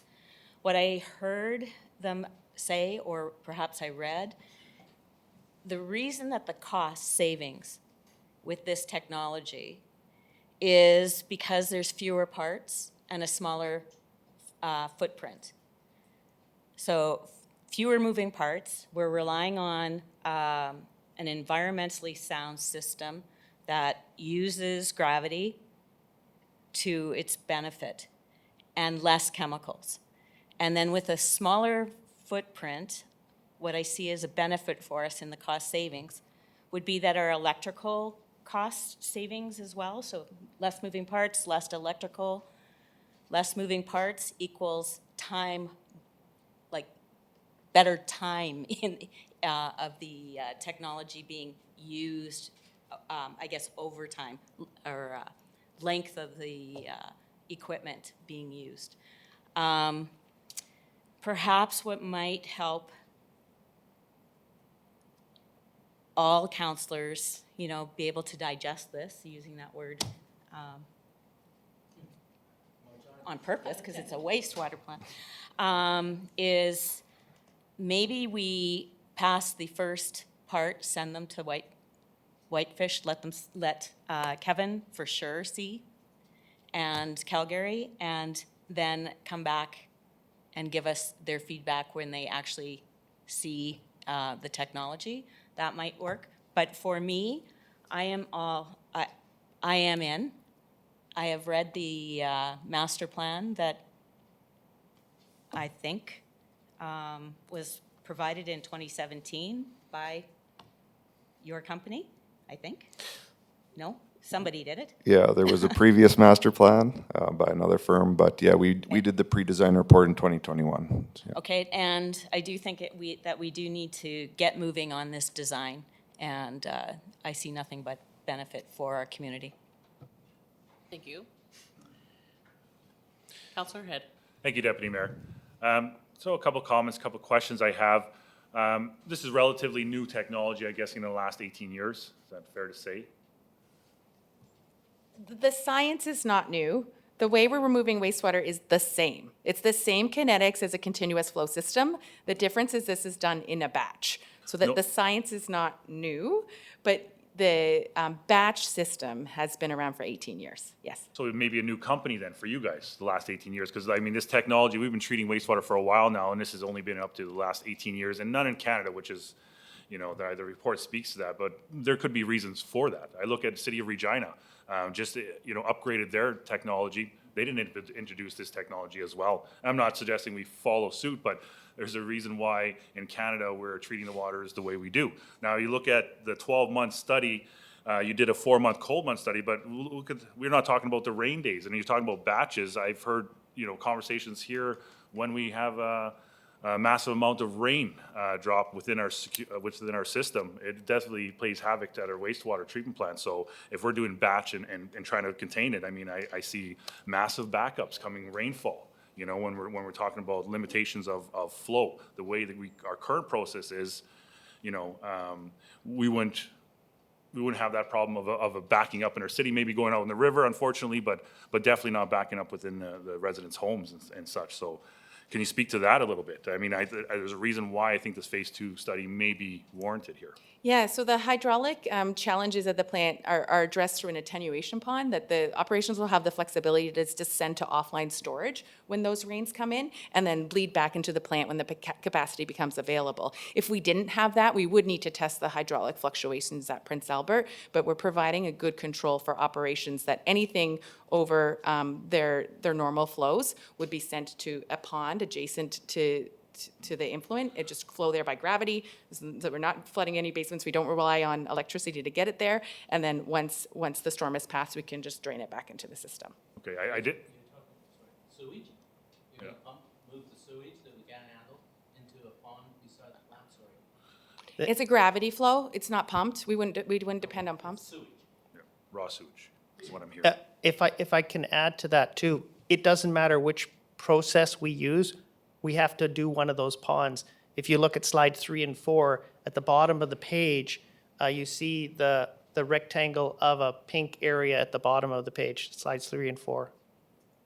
Okay. Right there, right at the bottom of the page, that pink area. So that's one side of the lagoon. So the lagoon has to be built regardless of whatever process we use, because during a rainstorm event, the plant is overloaded. You're never going to build the plant for that rainstorm event. So what you do is you divert the sewage during the event into the pond. When the storm is over, then you drain the pond into the process plant. No, I didn't get that. Yeah, Do yeah. we currently have that? as We well? don't have the pond. That's what I thought. That's part of the upgrade. Okay. I had a few other questions, I guess. So currently, we truck our sludge out to the landfill and treat it there, as I understand it. Are we going to continue that process as well with this new design? Yes, but there would be less of it. Because part of the process, not the Narita process, but part of the back end of the plant is, right now we just have a press, and the press takes, I think, Kevin can correct me here if I'm wrong, but only takes about 20% of the water out. Right. And then you have a really wet muck that we have to take to the landfill. We're replacing that press. They don't even make those things anymore. So we're replacing with these revolving drying drums. And these drums would reduce the amount of moisture in the content of the sludge. So there'd be less sludge to take to the landfill. It would be drier, and then it can go onto the pile. We would stabilize it prior to leaving the plant. That's the goal. Absolutely. Those two squares, those two red squares in the center represent digesters that we are introducing into the process. But that, again, is kind of separate from the Narita. It's part of the overall upgrade, yeah. So those digesters would be needed under the BNR system. Yeah.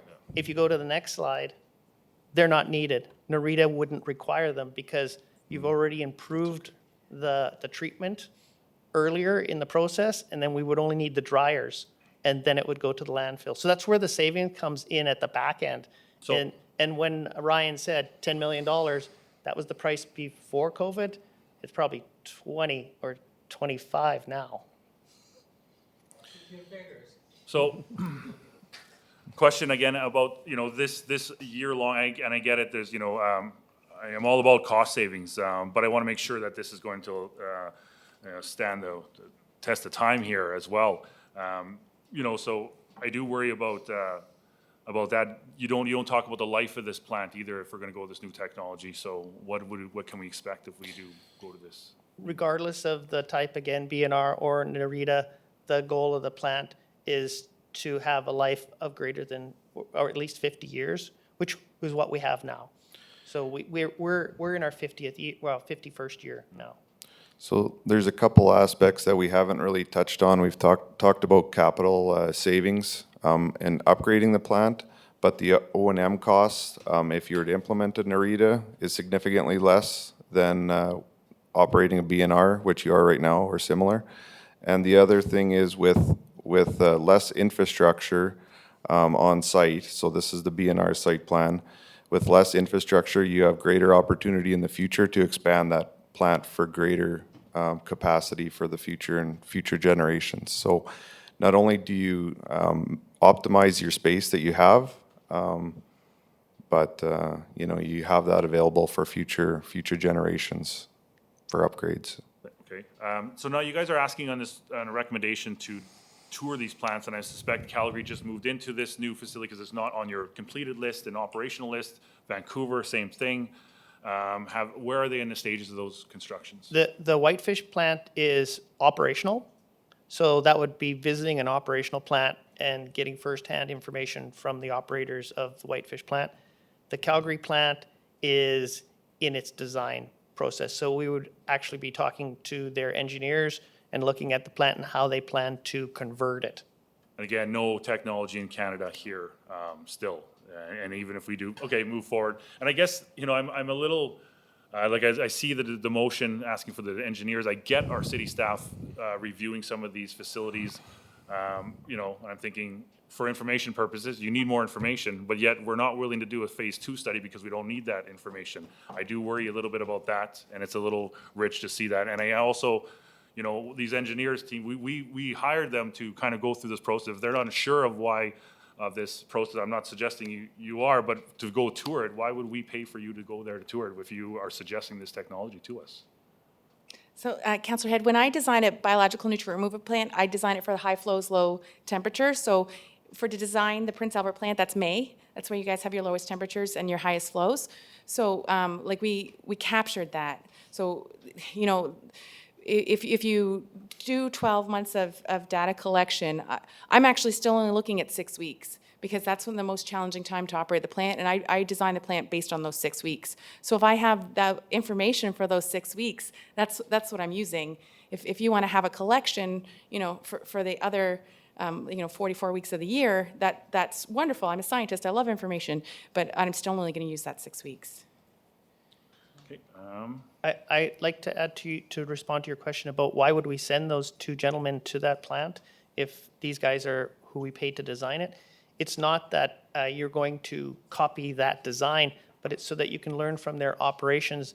Even if we don't go to Whitefish and we don't go with Narita, if we go with the BNR system, we're probably still going to want to go to Saskatoon and see what they're doing, or Regina and see what they're doing, because we did the same thing with the water plant and the pumping stations. The raw water pumping station, we went to Buffalo Pound to see their intake facility because it had a fish screen and we had to build a fish screen and no one else had one yet. So it's not that you're going to not do it, but you're trying to learn from them. Did you have a problem with anything? And, oh, well, did you have algae build up on your screen? Like, how did you handle it? Things like that. You know, did it perform as expected? You know, once you went from design, construction into operation, did they deliver? Did it perform as you started to operate the facility? And you could hear from them without having the company in the middle, right from who's operating it now. Yeah, fair enough. Lastly, yeah, and I do like the mayor's comments about guarantees and extended warranty and other things that if we should be considering moving forward of this project. I don't feel like I have enough information. The technology's, I'm not saying new, but new to Canada, new to Prince Albert, and definitely have some concerns with that, so I'll keep my comments there. Thank you. Councillor Cody. Yeah, thank you very much, and thanks very much for your report. Well done. If you can see worry all over my face, it's a good reason, because, you know, some years ago, I wasn't down the council at the time. I was taking a little time off. And some years ago, that we built a water treatment plant. And the reason we went with the crew we did, and it was at the suggestion of the engineers that they go with this firm. It's because it was cheaper and it was less money.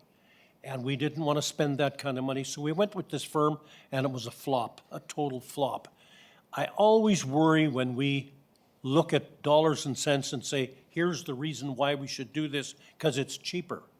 Well, cheaper isn't always better.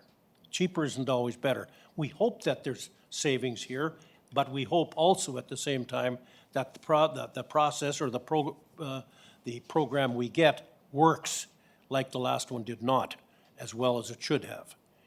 So that's a problem. Rarely do I agree with the Water Services Security. They're a crew that I can't totally agree with all the time, but I certainly do agree with part of their story here. I'm not sure we need the second phase. I don't think we need that second phase. I think if you're confident that you have done the work and the data that you have is adequate, then I would want to suggest that we trust you on that. But all of the rest of the things that they say in their letter are pretty important. And that is that we get some warranties, we get some guarantees, and we need those guarantees. We cannot, on behalf of the taxpayers, say, let's just willy-nilly, yes, it's only $50,000, $60,000, $80,000. What the hell's that to the taxpayers? Nothing. Well, we can't do that. We just simply can't do it. And I'm not going to go to my grave and have on my gravestone that this is what I suggested that you people continue to pay for the next 50 years. And it doesn't work. So if we can get all the guarantees that the mayor has said he wanted, and that I have discussed it with more than one person around here, then I think we are okay. But I am really, really somewhat leery here. But at the same time, if this new technology is good, as you say, the batching is better than the flow-through, great. But we really need some solid guarantees here. And whether that guarantee is by the people with the new technology, or whether that guarantee is from the engineering firm that says it's okay. And I think it's both. I think it's both. We have to be very, very certain that we don't leave the taxpayers out there in mid-drift, because I think that would be wrong on our part, like I think it was wrong on the last time we did this, and we don't want to have two wrongs. I think let's do it right, and if we do it right, and you can save that kind of money, that's even better. So I'm at 6s and 7s what I would vote for here. I do not think you need the second phase. If as I said, the people here have indicated that they've got the proper data, that's good enough for me. But insofar as going to whitefish in these places, I don't know if that makes, I'm not sure if that helps or harms, but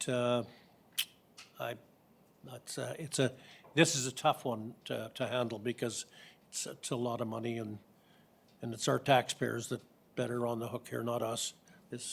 We're just small people, pay small portion of the taxes, the city pays the balance, and it's a difficult decision to make. Thank you, Councillor Cody. Councillor Edwards. Thank you, Deputy Mayor, and great information. Really appreciate it. I'm certainly not a scientist or anywhere near, so this was a little overwhelming listening to some of this information, but you've clarified lots for me. Obviously, guarantees are going to be critical. We're going to need that before we move forward. Absolutely, that has to be part of the contract. But if I look at the motion and the motions of number one, the recommendation, let's put those up there.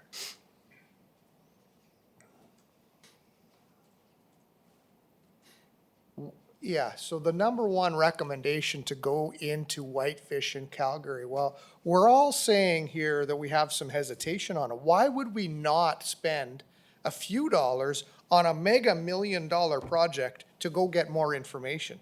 That to me is just a no-brainer. Go in, this equipment is set up or going to be set up. Whitefish has it and it's up and running already. Why would we not go look at that and gather the information that we require with some of our own people, right? That's what the recommendation is. Well, absolutely I support number one. And right now I'm going to move number one. Because I think we need to gather that more information. I think it's absolutely critical. And it's at really minimal cost. If we think about the big picture, that is a minimal cost of what we need to do to gather a little bit more information on new technology. Now, new technology, 18 years is not new technology. That's out there. And thank you for clarifying about the risk to the companies. That was important information. That's not correct. I'll correct it. Well, it happens all the time. So the guarantees will have to be part of that, of course. That'll help moving forward. So number two, I agree with what Councillor Cody said, Councillor Kilmer, other councillors around the room. Why would we spend the extra $720,000 on phase two when our department and AECOM is recommending that we don't move forward on it because we don't need it. It's not going to add value.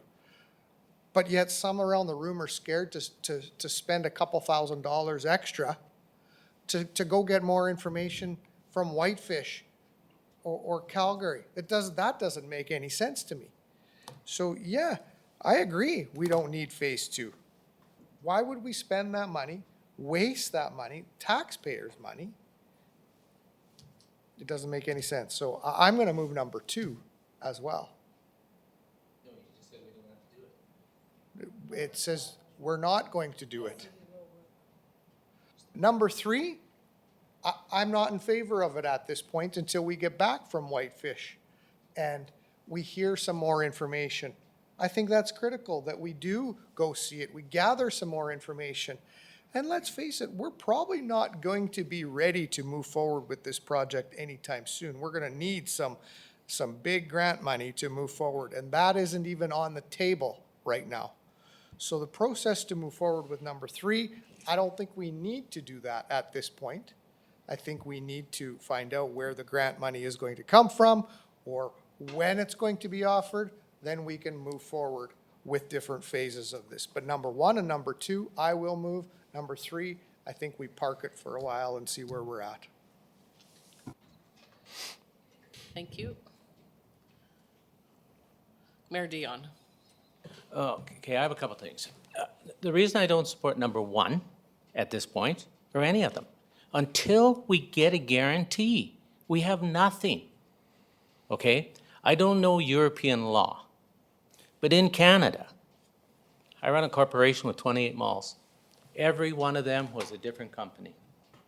to protect the parent company from that risk and liability, not to take it over if they failed. That's why they have these spin-off companies. They're called risk. It's called managing risk. But I don't know European law. As a scientist, you might, but I don't know European law. But I know Canadian law. We protect ourselves by spinning off limited company, limited liability, and that's why we do it. Everyone says here, yeah, 28 different companies, 28 different tax forms. It was a nightmare, but we did it for risk.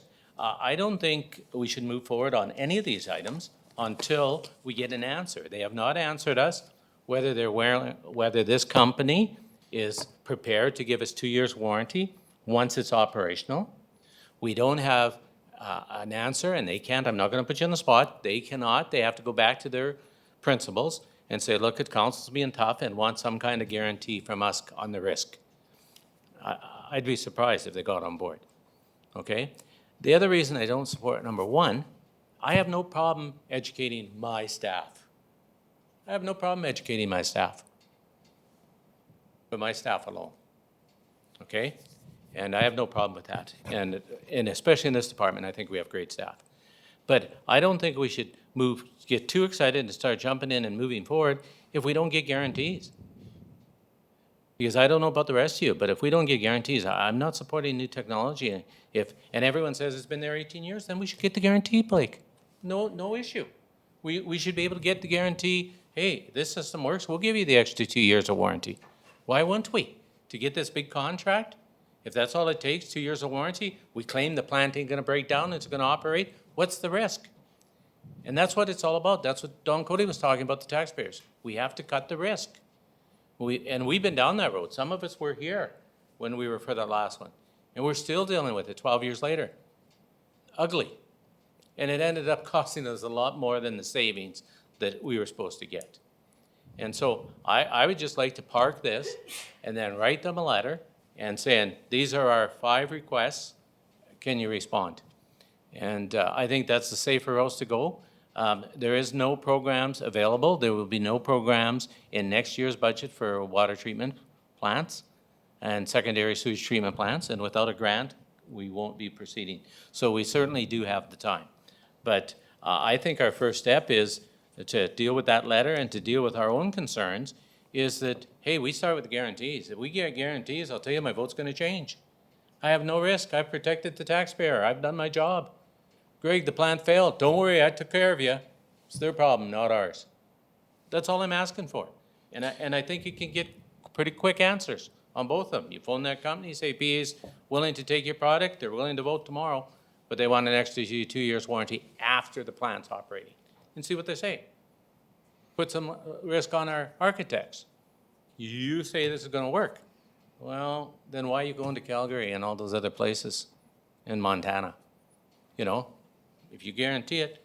So I think the first step is that we got to get our guarantees. Once we get our guarantees, I'm prepared to move forward 100%. Councilor Zepp. Question for the director. If we don't move forward with sub 3 today, does that cause any timeline issues with your department? Not tragic or anything. I mean, we've been kind of on hold with the design since the WSA. We were waiting for a response from the report that we sent them for the pilot since July. So we've been on the sidelines for 7 months now waiting. Then they got back to us at the end of January. So if we have to wait another month or two, as the mayor suggested and Councillor Edwards suggested, if we were to move forward with 1 and 2 and you made number 3 to send administration back to get some guarantees, come back with a report from 1, 2, and 3 being the guarantees, we could report back to you with those things. I want to do the 3.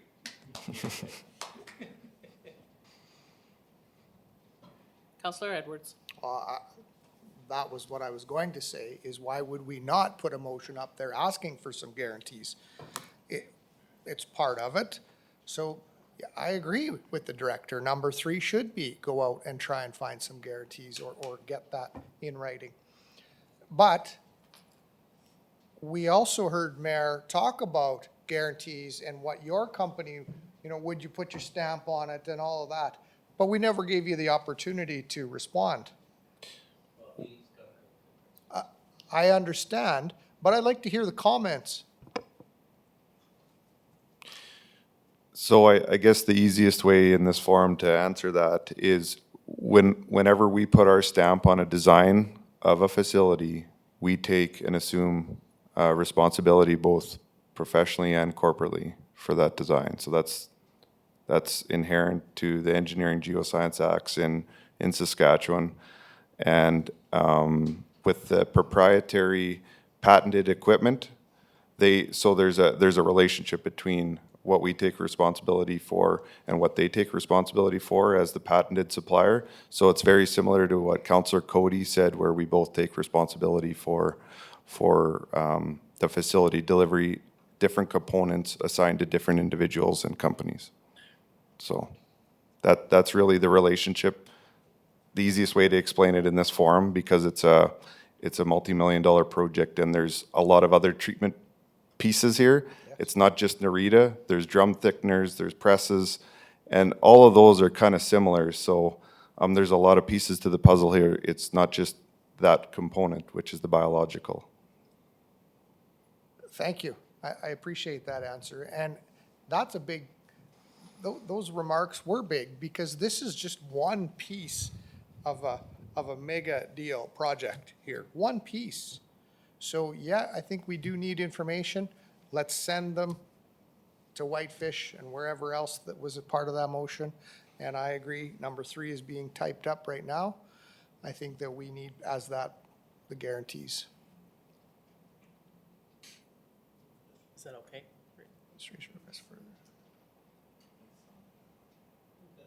Yep, I think that's great.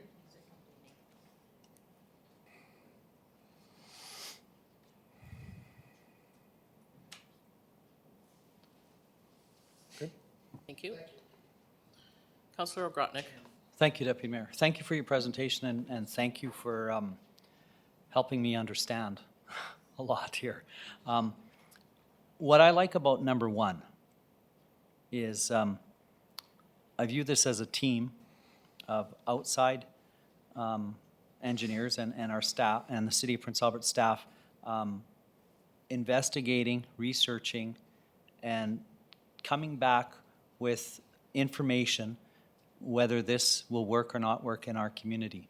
That's what I see this as being, and I'm all in favor of education, all in favor of research and learning, and then coming back to us with that information, and hopefully some of the negatives as well, that, that's what you're concerned about as staff. I would hope that after, if this motion passes going to Whitefish and Calgary, that these were some of their concerns and some of the growing pains that they went through on whether they should go forward with this or not, and alleviating some of that fear that we might have right here. And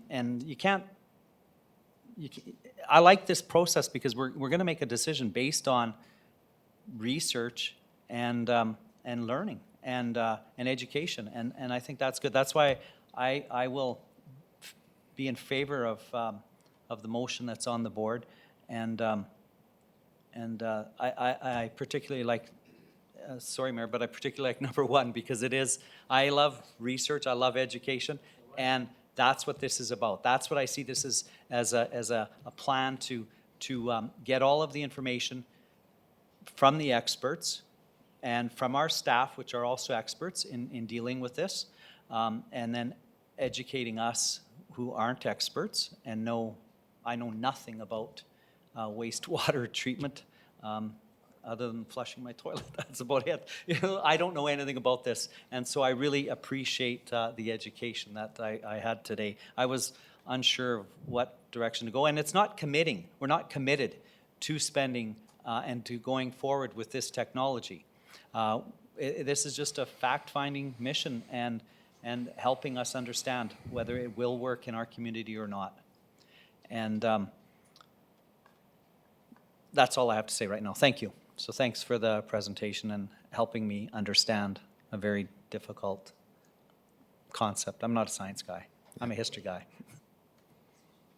Thank you, and thank you for coming. Thank you. So we have a motion on the board. Find it here without getting sticky fingers.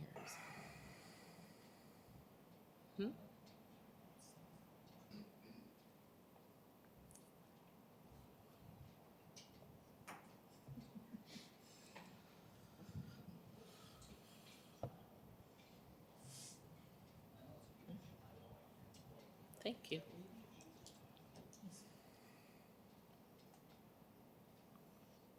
Okay, it's open.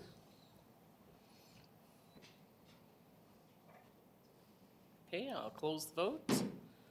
Accept it.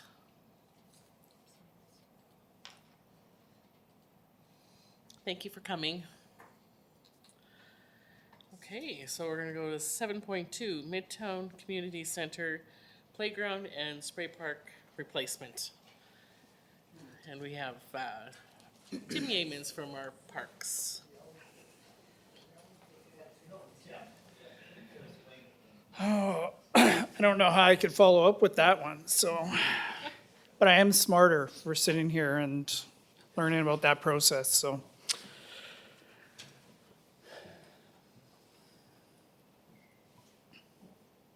Alrighty. Alrighty. Okay, thank you very much, Deputy Mayor and Council. So I've learned to keep it short, so I will keep it short.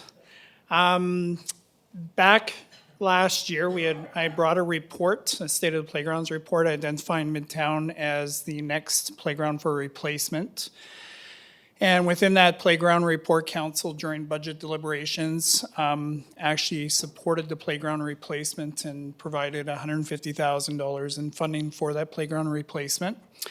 There's also a recommendation within that report that at budget time that council consider putting aside some funding for a spray park with the idea that we would search out some partnership and see if we can come up with a partner to help fund the spray park.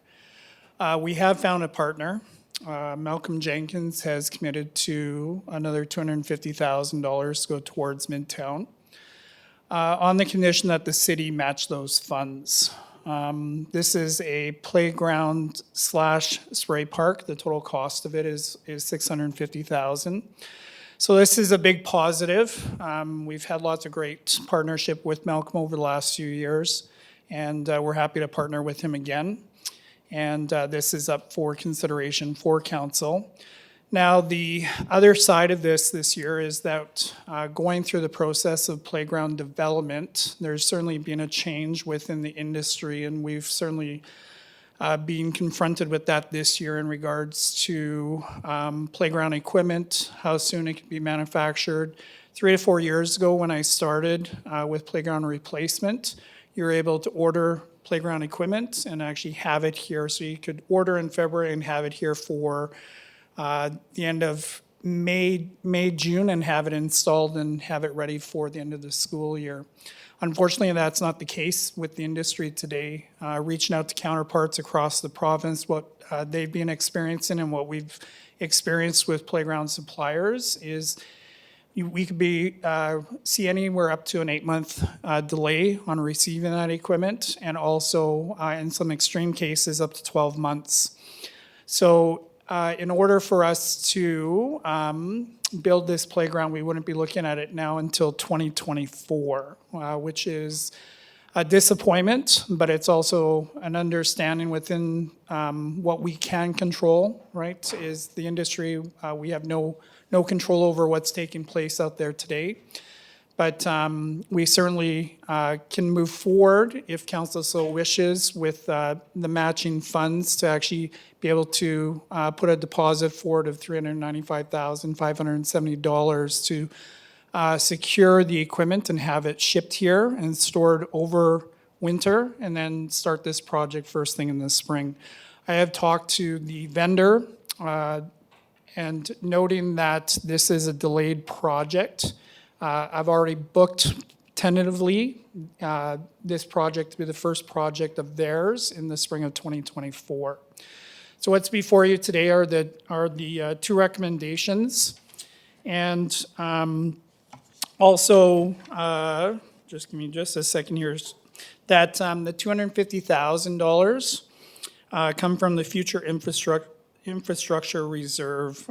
As of December 2023, it's projected to be $985,759. So we believe there are sufficient funds to actually support this request today. My understanding is that this reserve is actually meant for large capital projects such as this, and that's why we're bringing it to council today for that consideration. And if you have any questions, I'd certainly be more than willing to help answer them. Thank you, Tim. Councillor Head. Thank you, Deputy Mayor. I'd like to move this motion, and I have a couple comments and questions. Sure. So, yeah, very ecstatic to see this come up on our agenda items. I highlighted it this weekend to the residents in Midtown at our community meeting, and it was well received, I have to say. I know there's a price tag to it, but, you know, credit goes to Malcolm Jenkins. He's done a lot of partnerships with the city, and it's great to see those partnerships come to fruition and our parks improved. I know we looked at our playground parks report, and this park was slated to be improved this year, but not to this extent. So really excited to see these kinds of facilities, or you know, the structure coming into this neighborhood, and this is the core of our city here. So very happy to see that, and can't wait to see it be built. It is unfortunate that we see these massive delays in most of our ordering. It doesn't, you know, playgrounds, vehicles, equipment, you know, so it seems to be the way of the world today. You know, it'd be nice to say if passed tonight, you know, we'd have this park this summer, but unfortunately due to the delays, may not, and or the vote of council, I guess. But yeah, I can't say enough about it. I'm really happy and excited about this, and thank you for all your work on this, Tim. Mr. Ian. Thank you. Councillor Grotnick. Thank you, Deputy Mayor.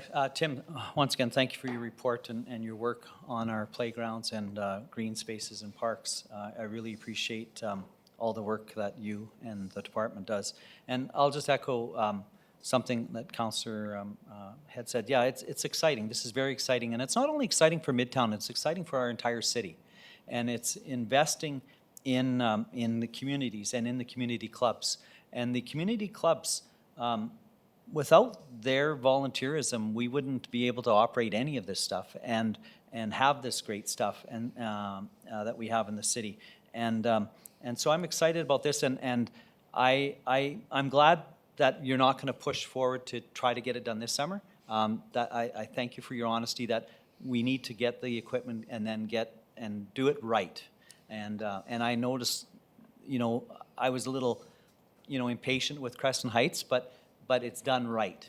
And it took longer than expected, but we got it right. And and that's going to benefit, you know, the Tom Settee Park, that location and that whole area. So it's a good thing. So thank you for your honesty, and I'm definitely going to support your motion, Councillor Head, to proceed with this, and it just adds to the entire city and to the core, as you said, neighborhood. That was my old stomping grounds growing up, Midtown, and that whole, you know, rinks, and we had the little paddling pool there that was as crazy as ever, but we survived. But yeah, thanks. Thank you. Councillor Lennox Epp. Thank you. I support the motion. I have some questions that have arisen. So in the report, there's a couple paragraphs about Hazeldale paddling pool, and that the proposal, as we've seen from budget documents, is to conclude next year, removing that last paddling pool and putting in Spray Park. And so I've received some questions about that. I guess the first is that last year at budget, what we heard, I believe from your department, was that public consultation to happen with Hazeldale area, because it's not just an issue of putting in a spray park, but the department is suggesting a change to move that playground closer to the hall. So my first question is that still the case, that we are expecting public consultation to happen?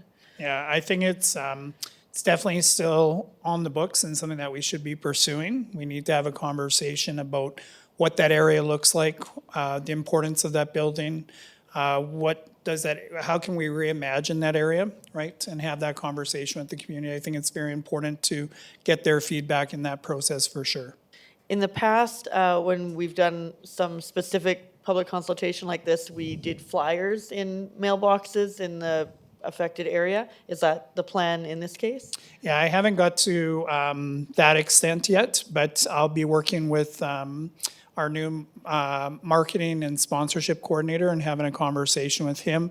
We did some interesting things when we did Muzzy Drive. We were able to do an online process. Flyers is also another one. So if we can make it something that's interactive with the public, we'll certainly look at all options for that for sure. Okay, yeah, just maybe something to think about, that this is a neighborhood that's kind of unique. It's north of the river. It's very self-contained, I guess is the word to use, and that they may appreciate flyers. My next question is, I received a question from the public. Can you explain, in the report, it says to move the playground closer to the community center, and they just wanted to know what the department means by that. How would you summarize that? Yeah, so what I envision is the current playground is actually nestled closer to the road and into that old rickety looking bush. I think what needs to happen is we need to pull it closer to the building so that we can look at different programming options, but also look at cleaning up that area back there as well, and maybe turning it more into a recognizable park space that could be used for picnicking, throwing frisbees, doing different activities. So what we're finding is, as we develop, if you can bring your, whether it's a spray park and a playground closer together, your options to be able to provide different types of programming are certainly more inclusive, right? So we're trying to think of people with accessibility issues, those type of things. So if you push something too far off into the distance and there's no way for them to be able to get there with ease of access, that's what we're trying to take into consideration as we develop these things. So. Okay, and last question, do we know the numbers of children we've had at the Hazeldale Playground program? Actually, I do have those numbers. I don't have them in front of me. I should have brought them tonight, but yes, we do have numbers for the difference between Hazeldale and the other playground programs that we operate within the city. Okay, maybe I'll follow up on that. Thank you. Oh, sorry, just one other timeline. Do we know when we might hear again here at council on that whole issue? On Hazeldale? Yeah. Actually, I don't want to hesitate to come up with a date right now, but it is something that I did talk with the director about this afternoon. And that process needs to be ongoing. We can't drop the ball on that one. We need to make sure that we keep that in the forefront, because noting the situation that we're in this year with Midtown, we need to be mindful of that with Hazeldale moving forward as well, or any other future playground development, until the situation with development actually corrects itself. And currently what we're hearing right now is that this situation could go on for 3 to 5 years. Right. Thank you. Thank you. Councillor Edwards. Thanks, Deputy Mayor. Tim, with all the upgrades of the new playgrounds and the water parks, vandalism, has that become an issue? It ebbs and flows. Yeah. So we've certainly had some challenges over the last few years, and we can go through an entire year with very little in the way of issues. We can go through some years like last year where graffiti was up. And it wasn't just up on the playgrounds, it was up on the trails, it was up on signage, mailboxes, power boxes throughout the city. We find if we remove it right away, and I think we've got a good process in place now. We work with a contractor to remove that graffiti right away. It stems them coming back and actually reapplying it. They get frustrated with the fact that, they've come in and they've done what they think is their worst. We come in, we remove it, and it slowly backs off, so we don't see as much graffiti. But the problem is always there. We understand that. So mostly graffiti rather than damage? Correct, yeah. We've had a few instances where we've had damaged equipment, but the playground vendor, their warranty has been fantastic. They work with us and they get those parts replaced, get them shipped out to us, and get them back on the playground for use right away. Okay, that's good information. So I think I'm gonna steal a little page from Councillor Ogrodnik. It's time to brag about our playgrounds in our city. Over the last 6 years, the upgrades that have been done to the playgrounds is just phenomenal. I thank the department for moving forward and pushing forward for, you know, the spray parks and the different play structures that we're putting up. And why are we doing it is because kids must play. If kids don't play, they get into trouble, and that's just not what we want. And not only kids, but some of the upgrades that we've done, the pickleball courts, the basketball courts, seniors are coming up and saying, wow, you know what, we're gonna be on the playgrounds now. They're gonna be active, more active because of what has been done to our playgrounds. And keeping people active is essential, and this is one step forward. As Councillor Head, this is the core of our community, and I think it's important to move forward. So I absolutely support the motion, and thanks for getting the partnership, and thanks to Malcolm Jenkins, of course. So, thanks. Thank you. Mayor Dion? I want to jump to your conversation about Hazeldale and moving the playground away and closer to the building. What building? Pardon me? I'm sorry. Can we keep it around the motion of Midtown and? It's on the report. He put Hazeldale on the report. Thank you. So are you talking about what building, Mayor? Yes. So the community center that's currently right there right now, we know, I know there's a lot of conversation around the viability of the building, how old it is, what type of development we should be working on in that area. And I think it deserves our attention, deserves a correct solution, right? And we can't do that without the proper research and making sure that we consult with the community, making sure that we get it right, right? One thing I've learned is we shouldn't just be doing something for the sake of doing it because we feel pressured to do it or because we feel that we feel it's going to add value, but sometimes it doesn't add value. We have to think differently about each location within the city. That's why at Carleton, we didn't put in a playground. We actually put in a pickleball court and a basketball court, right? Meets the needs of that community. That's what the community wanted. So Hazeldale, we don't know what Hazeldale wants right now. We do know that there's a need there, but how high is that need? Does it require a spray park? Does it require a playground? Does it require both? Does it require basketball courts? So I think there's some research that needs to be done, some community consultation to make sure we get it right, to make sure we understand what costs are going to be involved when we deliver the final product. Okay, I'll be patient, and because you're new on board, and I'll go to my file and I'll get rid of the one that was done with the community saying we're going to demolish it and build a beautiful, nice little building, half for the playground program, half for the rink. That never did happen, even though we went through all the public processes. But I'm going to give you a very limited time on how to deal with that. That was 10 years ago. And what has changed? More rotten boards, more mold. Nothing's changed. So it's now on your plate. I'm tearing up that old report, and I'm going to join my colleague to the left to make sure we get what the community needs. Thank you, Mayor Dion. Councillor Ogrodnik?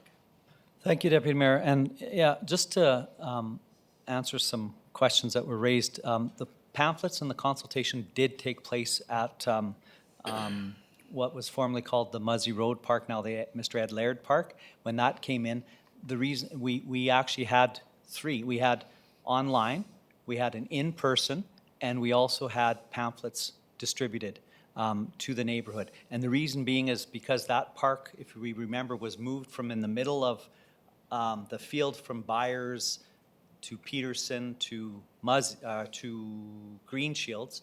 It was supposed to be way out over there.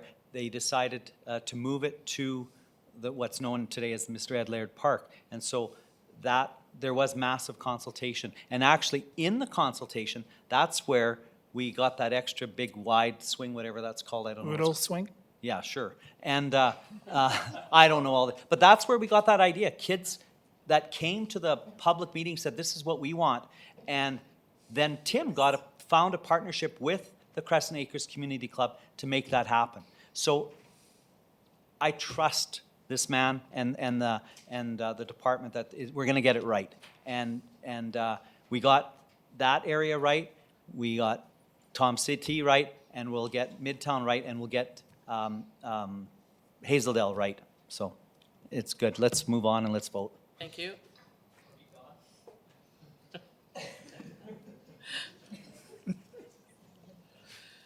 Okay. Thank you, Tim, for your presentation. Good there.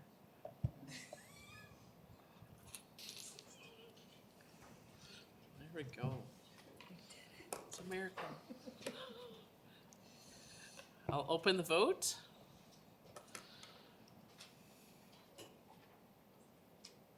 Thank you very much. I'll close it.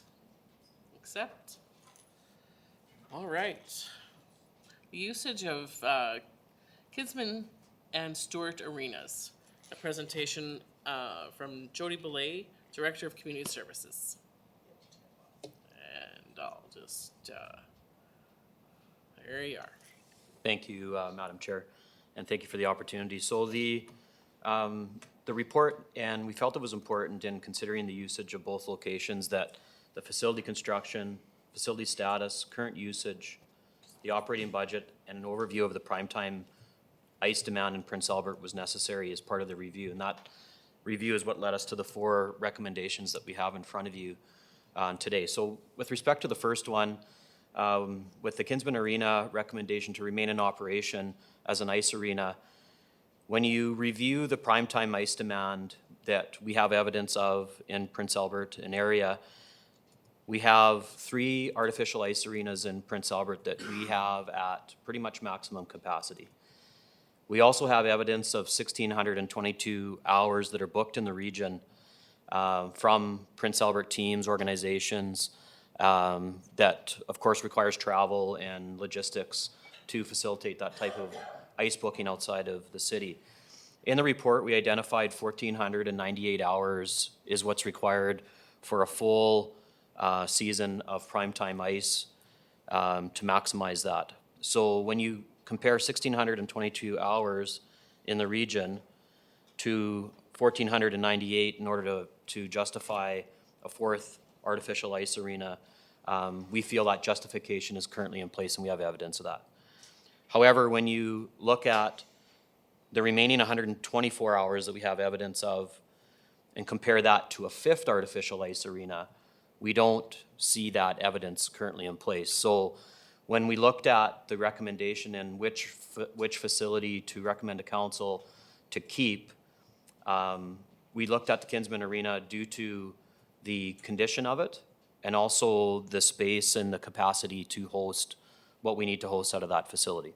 So that was the justification behind Kinsman Arena, number 1. And number 2, that is just an extension of use that we see into the ice season, so the off season for the ice arena is to facilitate that need. It's been a very inconsistent availability for box lacrosse, which does create some issues with how they operate from year to year. This would provide a more consistent start date for them and continue to grow what we see as a very positive and successful local sports organization. Number 3 and number 4 are somewhat connected. So number 3, that is a symptom, of course, as number 1. So when you have no justification at this point or evidence, we would need another 1,374 hours to maximize a 5th artificial ice arena. When we look at that, we then need to, we believe, consider other uses for the Stewart Arena. That is a combination of factors of the primetime ice usage, but also we need to provide some consideration to the condition of the building, and also perhaps what item 4 is outlining is other options to utilize that facility or potentially to sell it. And we've also included a 3rd option for decommissioning and demolition. So we're trying to think of all the options. We want to do that with facts behind the different recommendations. We feel we've done that in this case and present those recommendations today for consideration. So certainly available for any questions. Thank you. Councillor Lennox-Epp. Thank you. I appreciate the report. I am going to move this, but I'm going to remove sub 3. I'm leaving sub 4 in, so it does make sense that we want to see a follow-up report for different options. But to say that we are committing to discontinue use as an ice arena, we don't yet have number 4. We don't yet have different alternatives. And I appreciate what the report says and what the director has to tell us. I guess I'm thinking about growth, that, maybe we can utilize this space and this ice surface and be able to plan for future growth. I don't see anything in the report saying that there are acute repair issues in the building that would mean a reason why we'd want to immediately discontinue. Maybe we want to continue the ice surface for a pilot period, a short period while the twin pads are in operation. Maybe we'll discover that we do have that growth and other communities using our facility for that need. And of course, it is expensive to build new ice space when we do need them. And if we're growing and prospering in our city, we might want that as ice space. I mean, it's currently used. I mean, tonight there were kids on that ice doing their skating lessons Monday nights. And so there is current usage. Families are there. It is being used currently. So that's the thoughts I had to share on that. Thank you. And I'm glad to hear they're still in use. They should be, because once the Twins open, there'll be nobody left there. I was going to speak a little more on it, but I don't support removing number 3. It's time we move on. We decided when we had discussions why we had to build a new facility and what we needed. And it's not about another use. It's about hockey. And you've said you need 1,300 and some more hours to justify it. It's an old building. I don't know why in this city we want to hang on to assets that are 50 years old. I don't understand. I just toured the Margot. I am shocked the money they spent there. Building offices, painting, putting new boilers. It was incredible that we didn't have to do as a city. And it's easy for my colleague to the left to say, well, let's come up with an option. Well, sometimes we have to come up with an option because the department says they don't need it. So I don't know what option I'm asking them. They've already answered the question, so I'll wait. Hopefully this motion's defeated, and then I'll move the original. Thank you. Councilor Kilmer. Thank you.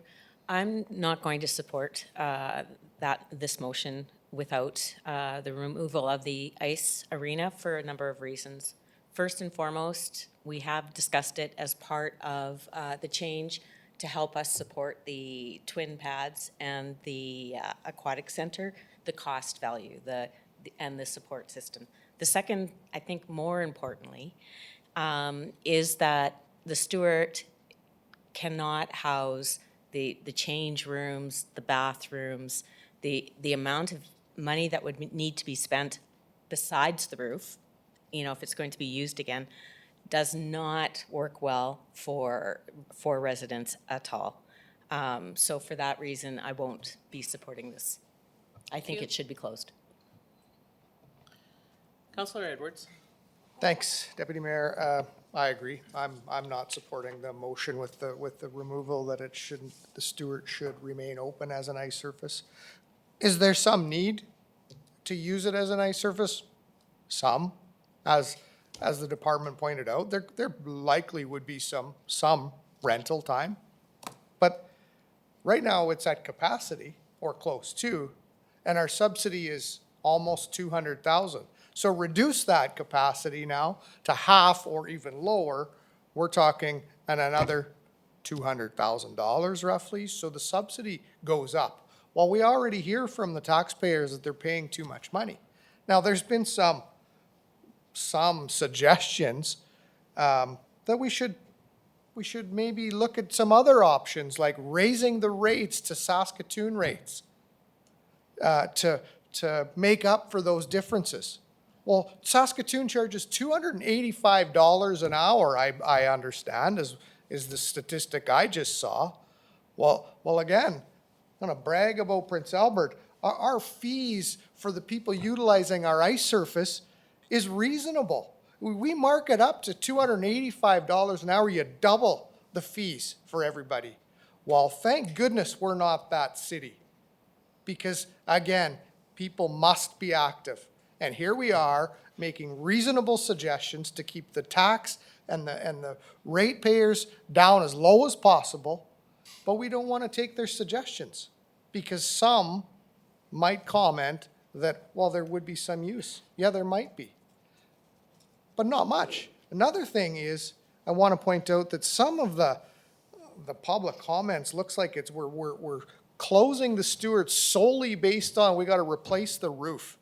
Well, that's not true. That's not true at all. It's based on how much it's going to be used. As a matter of fact, some of the suggestions that we have for the Stewart that might come forward might be the city utilize that building, which means we still got to replace the roof. So it's not the roof. It's the usage of the building and the subsidy that it would cost to keep that facility open. Well, we're moving forward with two, as a hockey rink or as a skating rink or, whatever, ice or lacrosse or whoever might use it. But it's not based on the roof. The roof hasn't been upgraded for some time because there was other priorities to move forward, not based on the fact that, well, we know it's going to close. There was other priorities, and the public need to know that. It wasn't that we haven't spent the money or we didn't have the money to upgrade. It's because we have a list of priorities of roofing, and the department lays that out each and every year, and we vote on it. So I'm not supporting that motion for all of those reasons. Thank you. Councillor Lennox App. Thanks. Can we see sub 4 again, please? Just up a bit, yep. To me, I think it's persuasive that we would want to have that report on alternate options and then make the decision, whatever the best decision is from that report. And perhaps the decision would be not to have operating as ICE, but perhaps it would be. We don't have that yet. This is the, so I guess I do have a question for the director.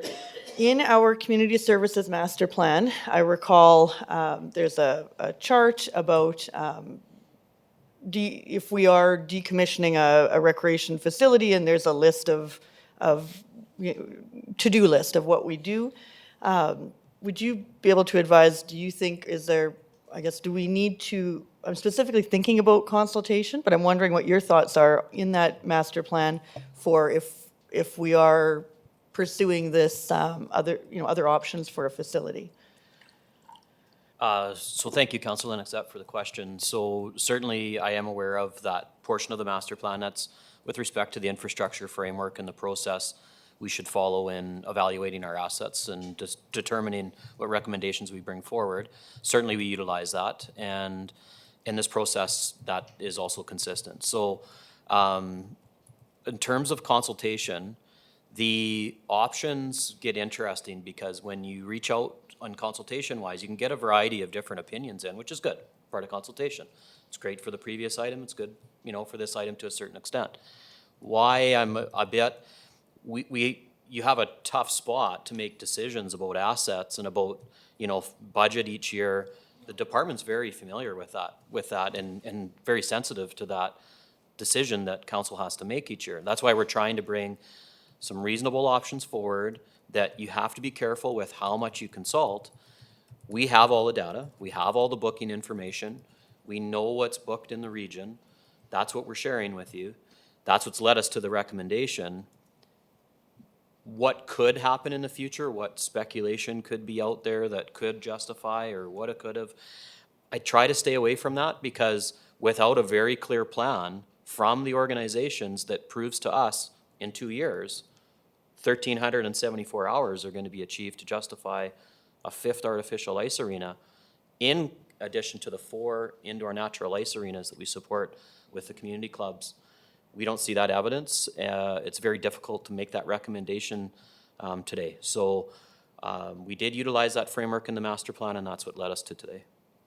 That's a really good answer. I appreciate that. So those groups that use ice time, have we done any, as a department, speaking to those groups saying, look, we're considering not using this as an ice arena any longer? What are your thoughts on it? So through the design of the new twin pad and aquatics facility, we did include consultation with the user groups as part of that process, not just for the design needs, but also for our existing infrastructure. And so we were very clear in that process that this was part of our overall plan that we then needed to consider in the design of the new facility. If you're not going to have the Stewart Arena, because we don't believe that's going to be supported as a fifth artificial ice arena, what do we need in the new twin pads? So that really informed us, informed the groups and the feedback that they needed, and to plan accordingly for what they needed for the future. So we feel that was part of the process with design and usage of our existing facilities. Okay, I appreciate that. I don't disagree with anything I've just heard there. I guess, public consultation, this is a taxpayer's, facility. We own it publicly, and I respect that, you don't want to go too far, and you are going to, I would expect we would get a variety of opinions, as we've heard, but I do think that that's important. I wondered if I could ask the director a little bit about that. Well, the last thing I had to say about the consultation piece is we have to remember that our organizations we partner with are made up of multiple individuals. You're going to get differing opinions. They're going to share them. What we're after is a collective opinion from the organization around what the facts show us. The facts show us the numbers that we're presenting. That's what we got to stick to. And so that's why I know I'm repeating myself on this, but when you're in a position where you got to make a recommendation, it's going to be hard to please absolutely everyone. What we see is the facts lead us to this recommendation. So we've been clear with the groups that that's how we're proceeding. And even taking into account growth needs. Yeah, again, growth though.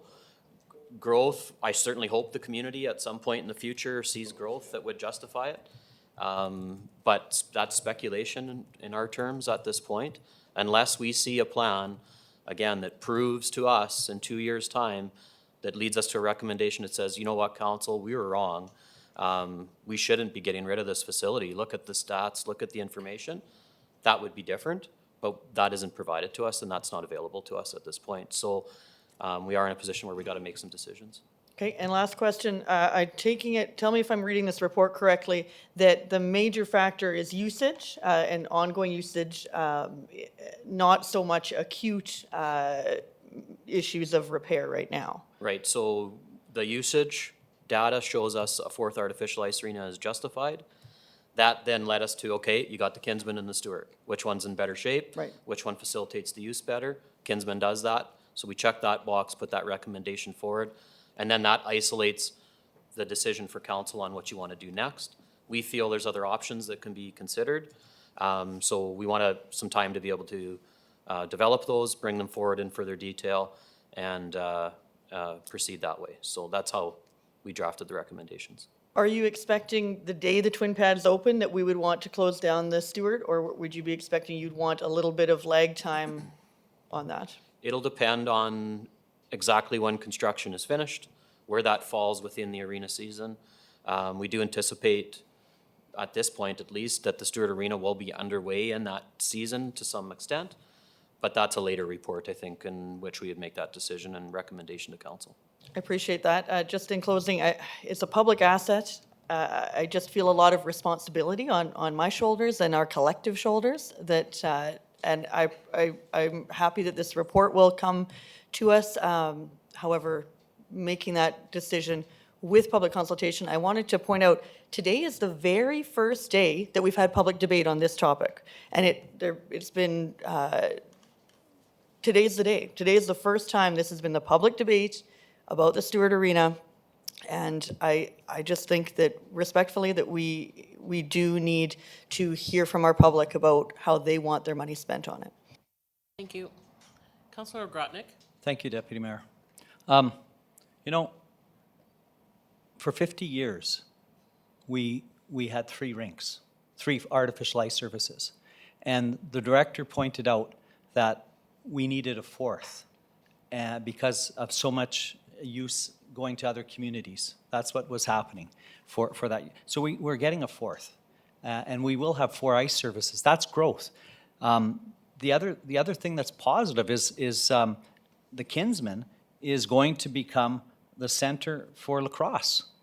That's positive. In box lacrosse, that's positive. And box lacrosse is extremely popular, and it's a growing sport. And so we are meeting that need, and we're guaranteeing that they will have that rink or that area for box lacrosse from April. Each season, it says, will be available April 1st each season. And that's when their season starts. And it's a huge sport. And that's what they wanted. And that was part of, and we talk about public consultation. What person in the public would be opposed to going to 4 artificial ice surfaces from 3? We're going from 3 to 4. So we're meeting the need of the Community Service Advisory Committee when we had that list of recommendations from the community after consultation for 2 years. This is what we're moving forward on this. And so, it's a positive. And so I think that number 3 should be back in there, that we don't need a 5th artificial ice surface. And if we added a 5th artificial ice surface, what impact would that have on all of the community clubs?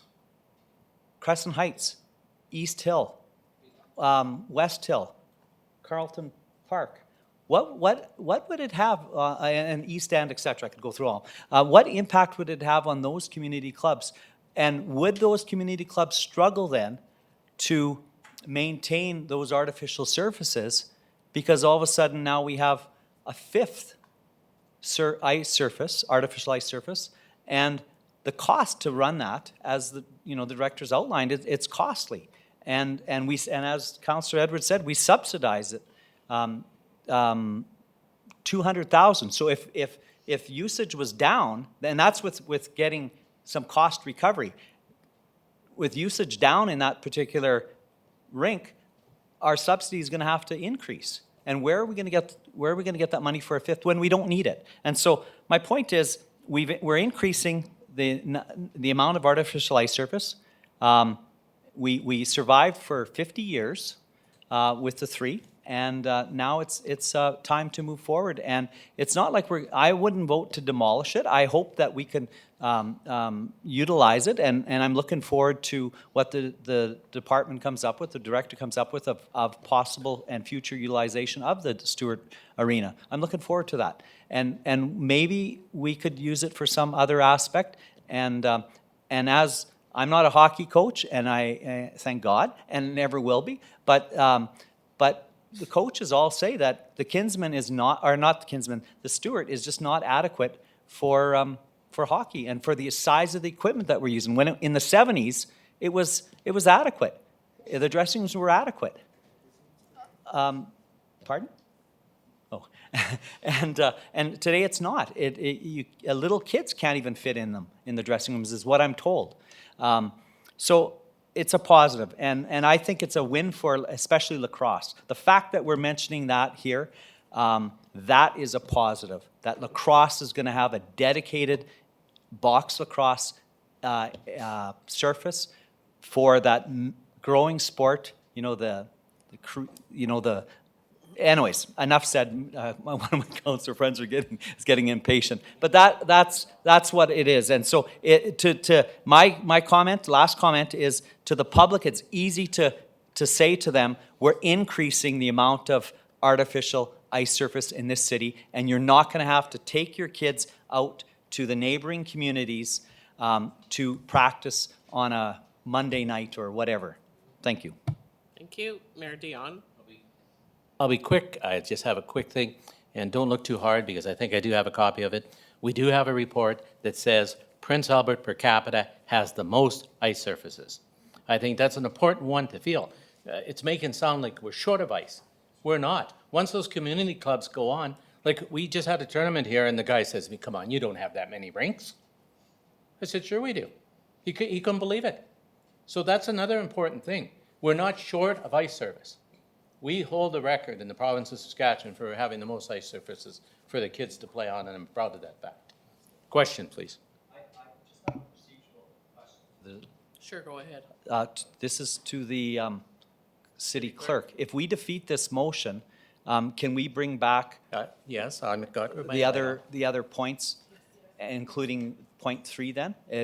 Okay, because I just want to make sure that, I thought when a motion is defeated, you can't bring back the same wording No. in it. Okay, good. Okay, and so I'm going to vote to defeat this and Okay. bring back the original motion. Everybody can shut off their microphones, thank you. Mayor Dion, thank you.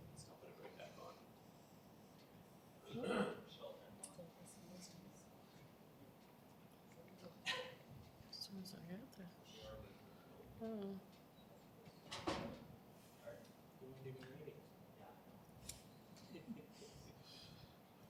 It's your machine.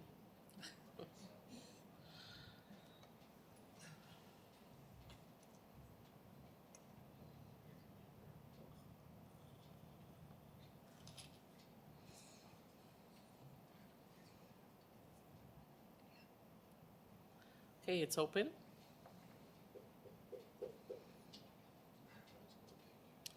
It's closed and accept.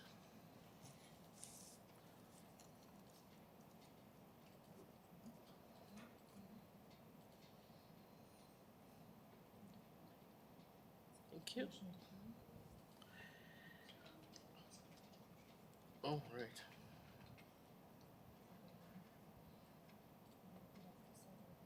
Mayor Dion. I move the 4 recommendations from the original recommendations, please.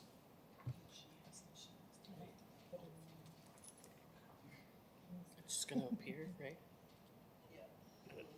Okay, good.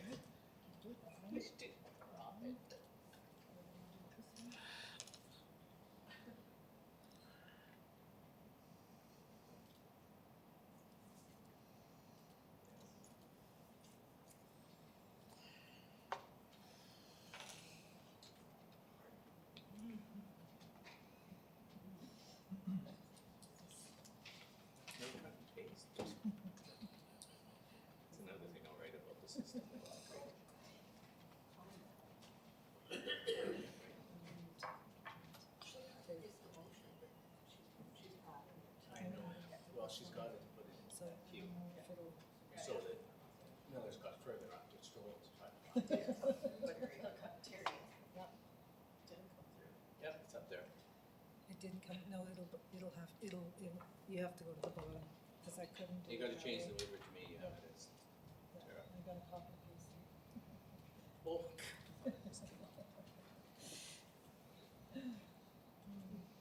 Okay, it's open.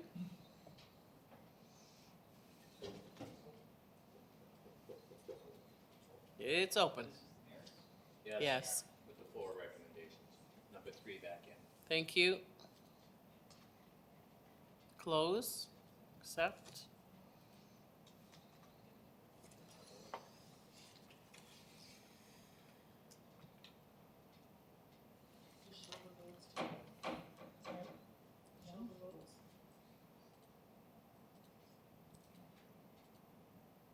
Thank you. Okay. 7.4, long-term debt bylaw, number 4, 2023, capital financing. A verbal presentation from Melody Boulet, Finance Manager.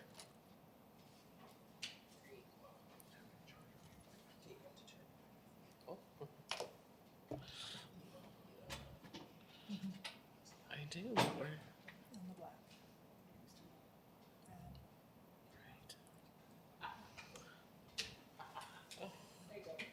Thank you, Madam Chair. City Council on June 13th approved the motion that administration proceed with the borrowing of $30 million in 2023 for the construction of the Aquatic and the Arenas Recreation Center. The motion also approved that the city's debt limit be increased to $120 million. Administration submitted an application and we received approval from the Saskatchewan Municipal Board by resolution dated November 7th, 2022, that the city's debt limit was increased to $120 million. Attached to the report, you'll find a copy of the request for proposal number 9 for the capital financing of the $30 million. The intent of the RFP is to request proposals from qualified financial institutions to provide the city with financing options to meet our borrowing requirement of $30 million. We had the RFP posted on Monday, February 13th. It does close at 2 p.m. on Thursday, March 9th. Interest rates are to be quoted as of Monday, March 6th. We will be submitting a further report for the March 27th City Council meeting, where we're going to hopefully award the capital financing of $30 million to the most qualified proposer to provide the best value. As we stated in the report, the best value is not only based on cost, but it also includes the ability to provide quality services and support. Attached to the report is a copy of the proposed long-term debt bylaw. As per Section 134 of the Cities Act, a city may only borrow money if the borrowing is authorized by a borrowing bylaw. The borrowing bylaw must create the amount of money to be borrowed, the rate or interest rate, and the sources of money to be used. A further report will be provided to the March 27th City Council meeting to hopefully approve the long-term debt bylaw. The presented bylaw will have the awarded financial institution, the term of the financing, and the maximum interest rate to be approved. That report will coincide with the approval of the request for proposal for capital financing of $30 million. Public notice is also attached, which we will be posted on March 6th, so that'll be up for 7 days. So as I stated, the final report will go March 27th with the long-term bylaw as well as the capital financing award. In regard to some ratios that we are hoping to include in the report that's going to go to City Council, at the end of 2022, Finance is projecting a debt ratio of approximately 18% based on our unaudited numbers. This ratio takes all of the debt and the liabilities the city has and compares it to our total current and long-term assets. So this ratio means that 18% of our assets are financed through debt and 82% are financed by equity. Great news. And yes, in addition, the city's current ratio is anticipated to be about 1.55 at the end of 2022, based again on unaudited numbers. The current ratio is a comparison of our current assets divided by our current liabilities. These are items that will be converted or liquidated to cash within 1 year. A ratio above 1 is considered healthy, so a ratio above 1.5 is a very healthy ratio for the city. It means that as our current bills become due, we will be able to pay them more than 1.5 times over with the current assets we hold. So another good news story. So we'll include some of those ratios in the report that's going to go on March 27th to City Council. Any questions? Thank you. Mayor Dion? I move the recommendation. Thank you. Questions? Councillor Cody? Yeah, just a quick question. If we were to split this $30 million, would there be a better opportunity for a better rate, do you believe? I know that you've gone to the market, which is great, but I'm just wondering, because sometimes, you know, when you have a large amount of money, they will give you the top rate, the best they think they've got, but not the best we've got. But maybe by splitting it, you might get a little bit better rate. I don't know that, but I'm just wondering. So the RFP kind of solicited different options in regards to providing financing for the city. It looked at different amortization, it looked at different years. So really, we're going to take a look at what the proposals come in, what each one has to offer, kind of put a review together with a committee, and then all that information will come back to City Council for a decision. Okay, that's good, because I think we should look at every possible option here. You know, a small point here makes a big difference. Like, if you look at the difference between the interest rate where it was and where it's now, $220,000, that's a pile of money, you know, and so. Yes, it is. If we can do that, the better. Thank you ever so much for your report. Thank you. More questions? More questions?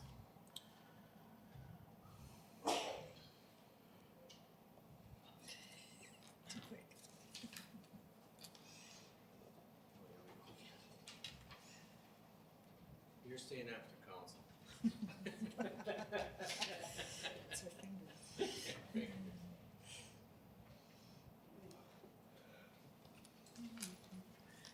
Oh.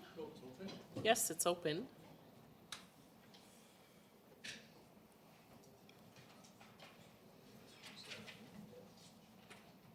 Closed. Accepted. Thank you. Adjournment. Oh, unfinished business. There is none. Adjournment.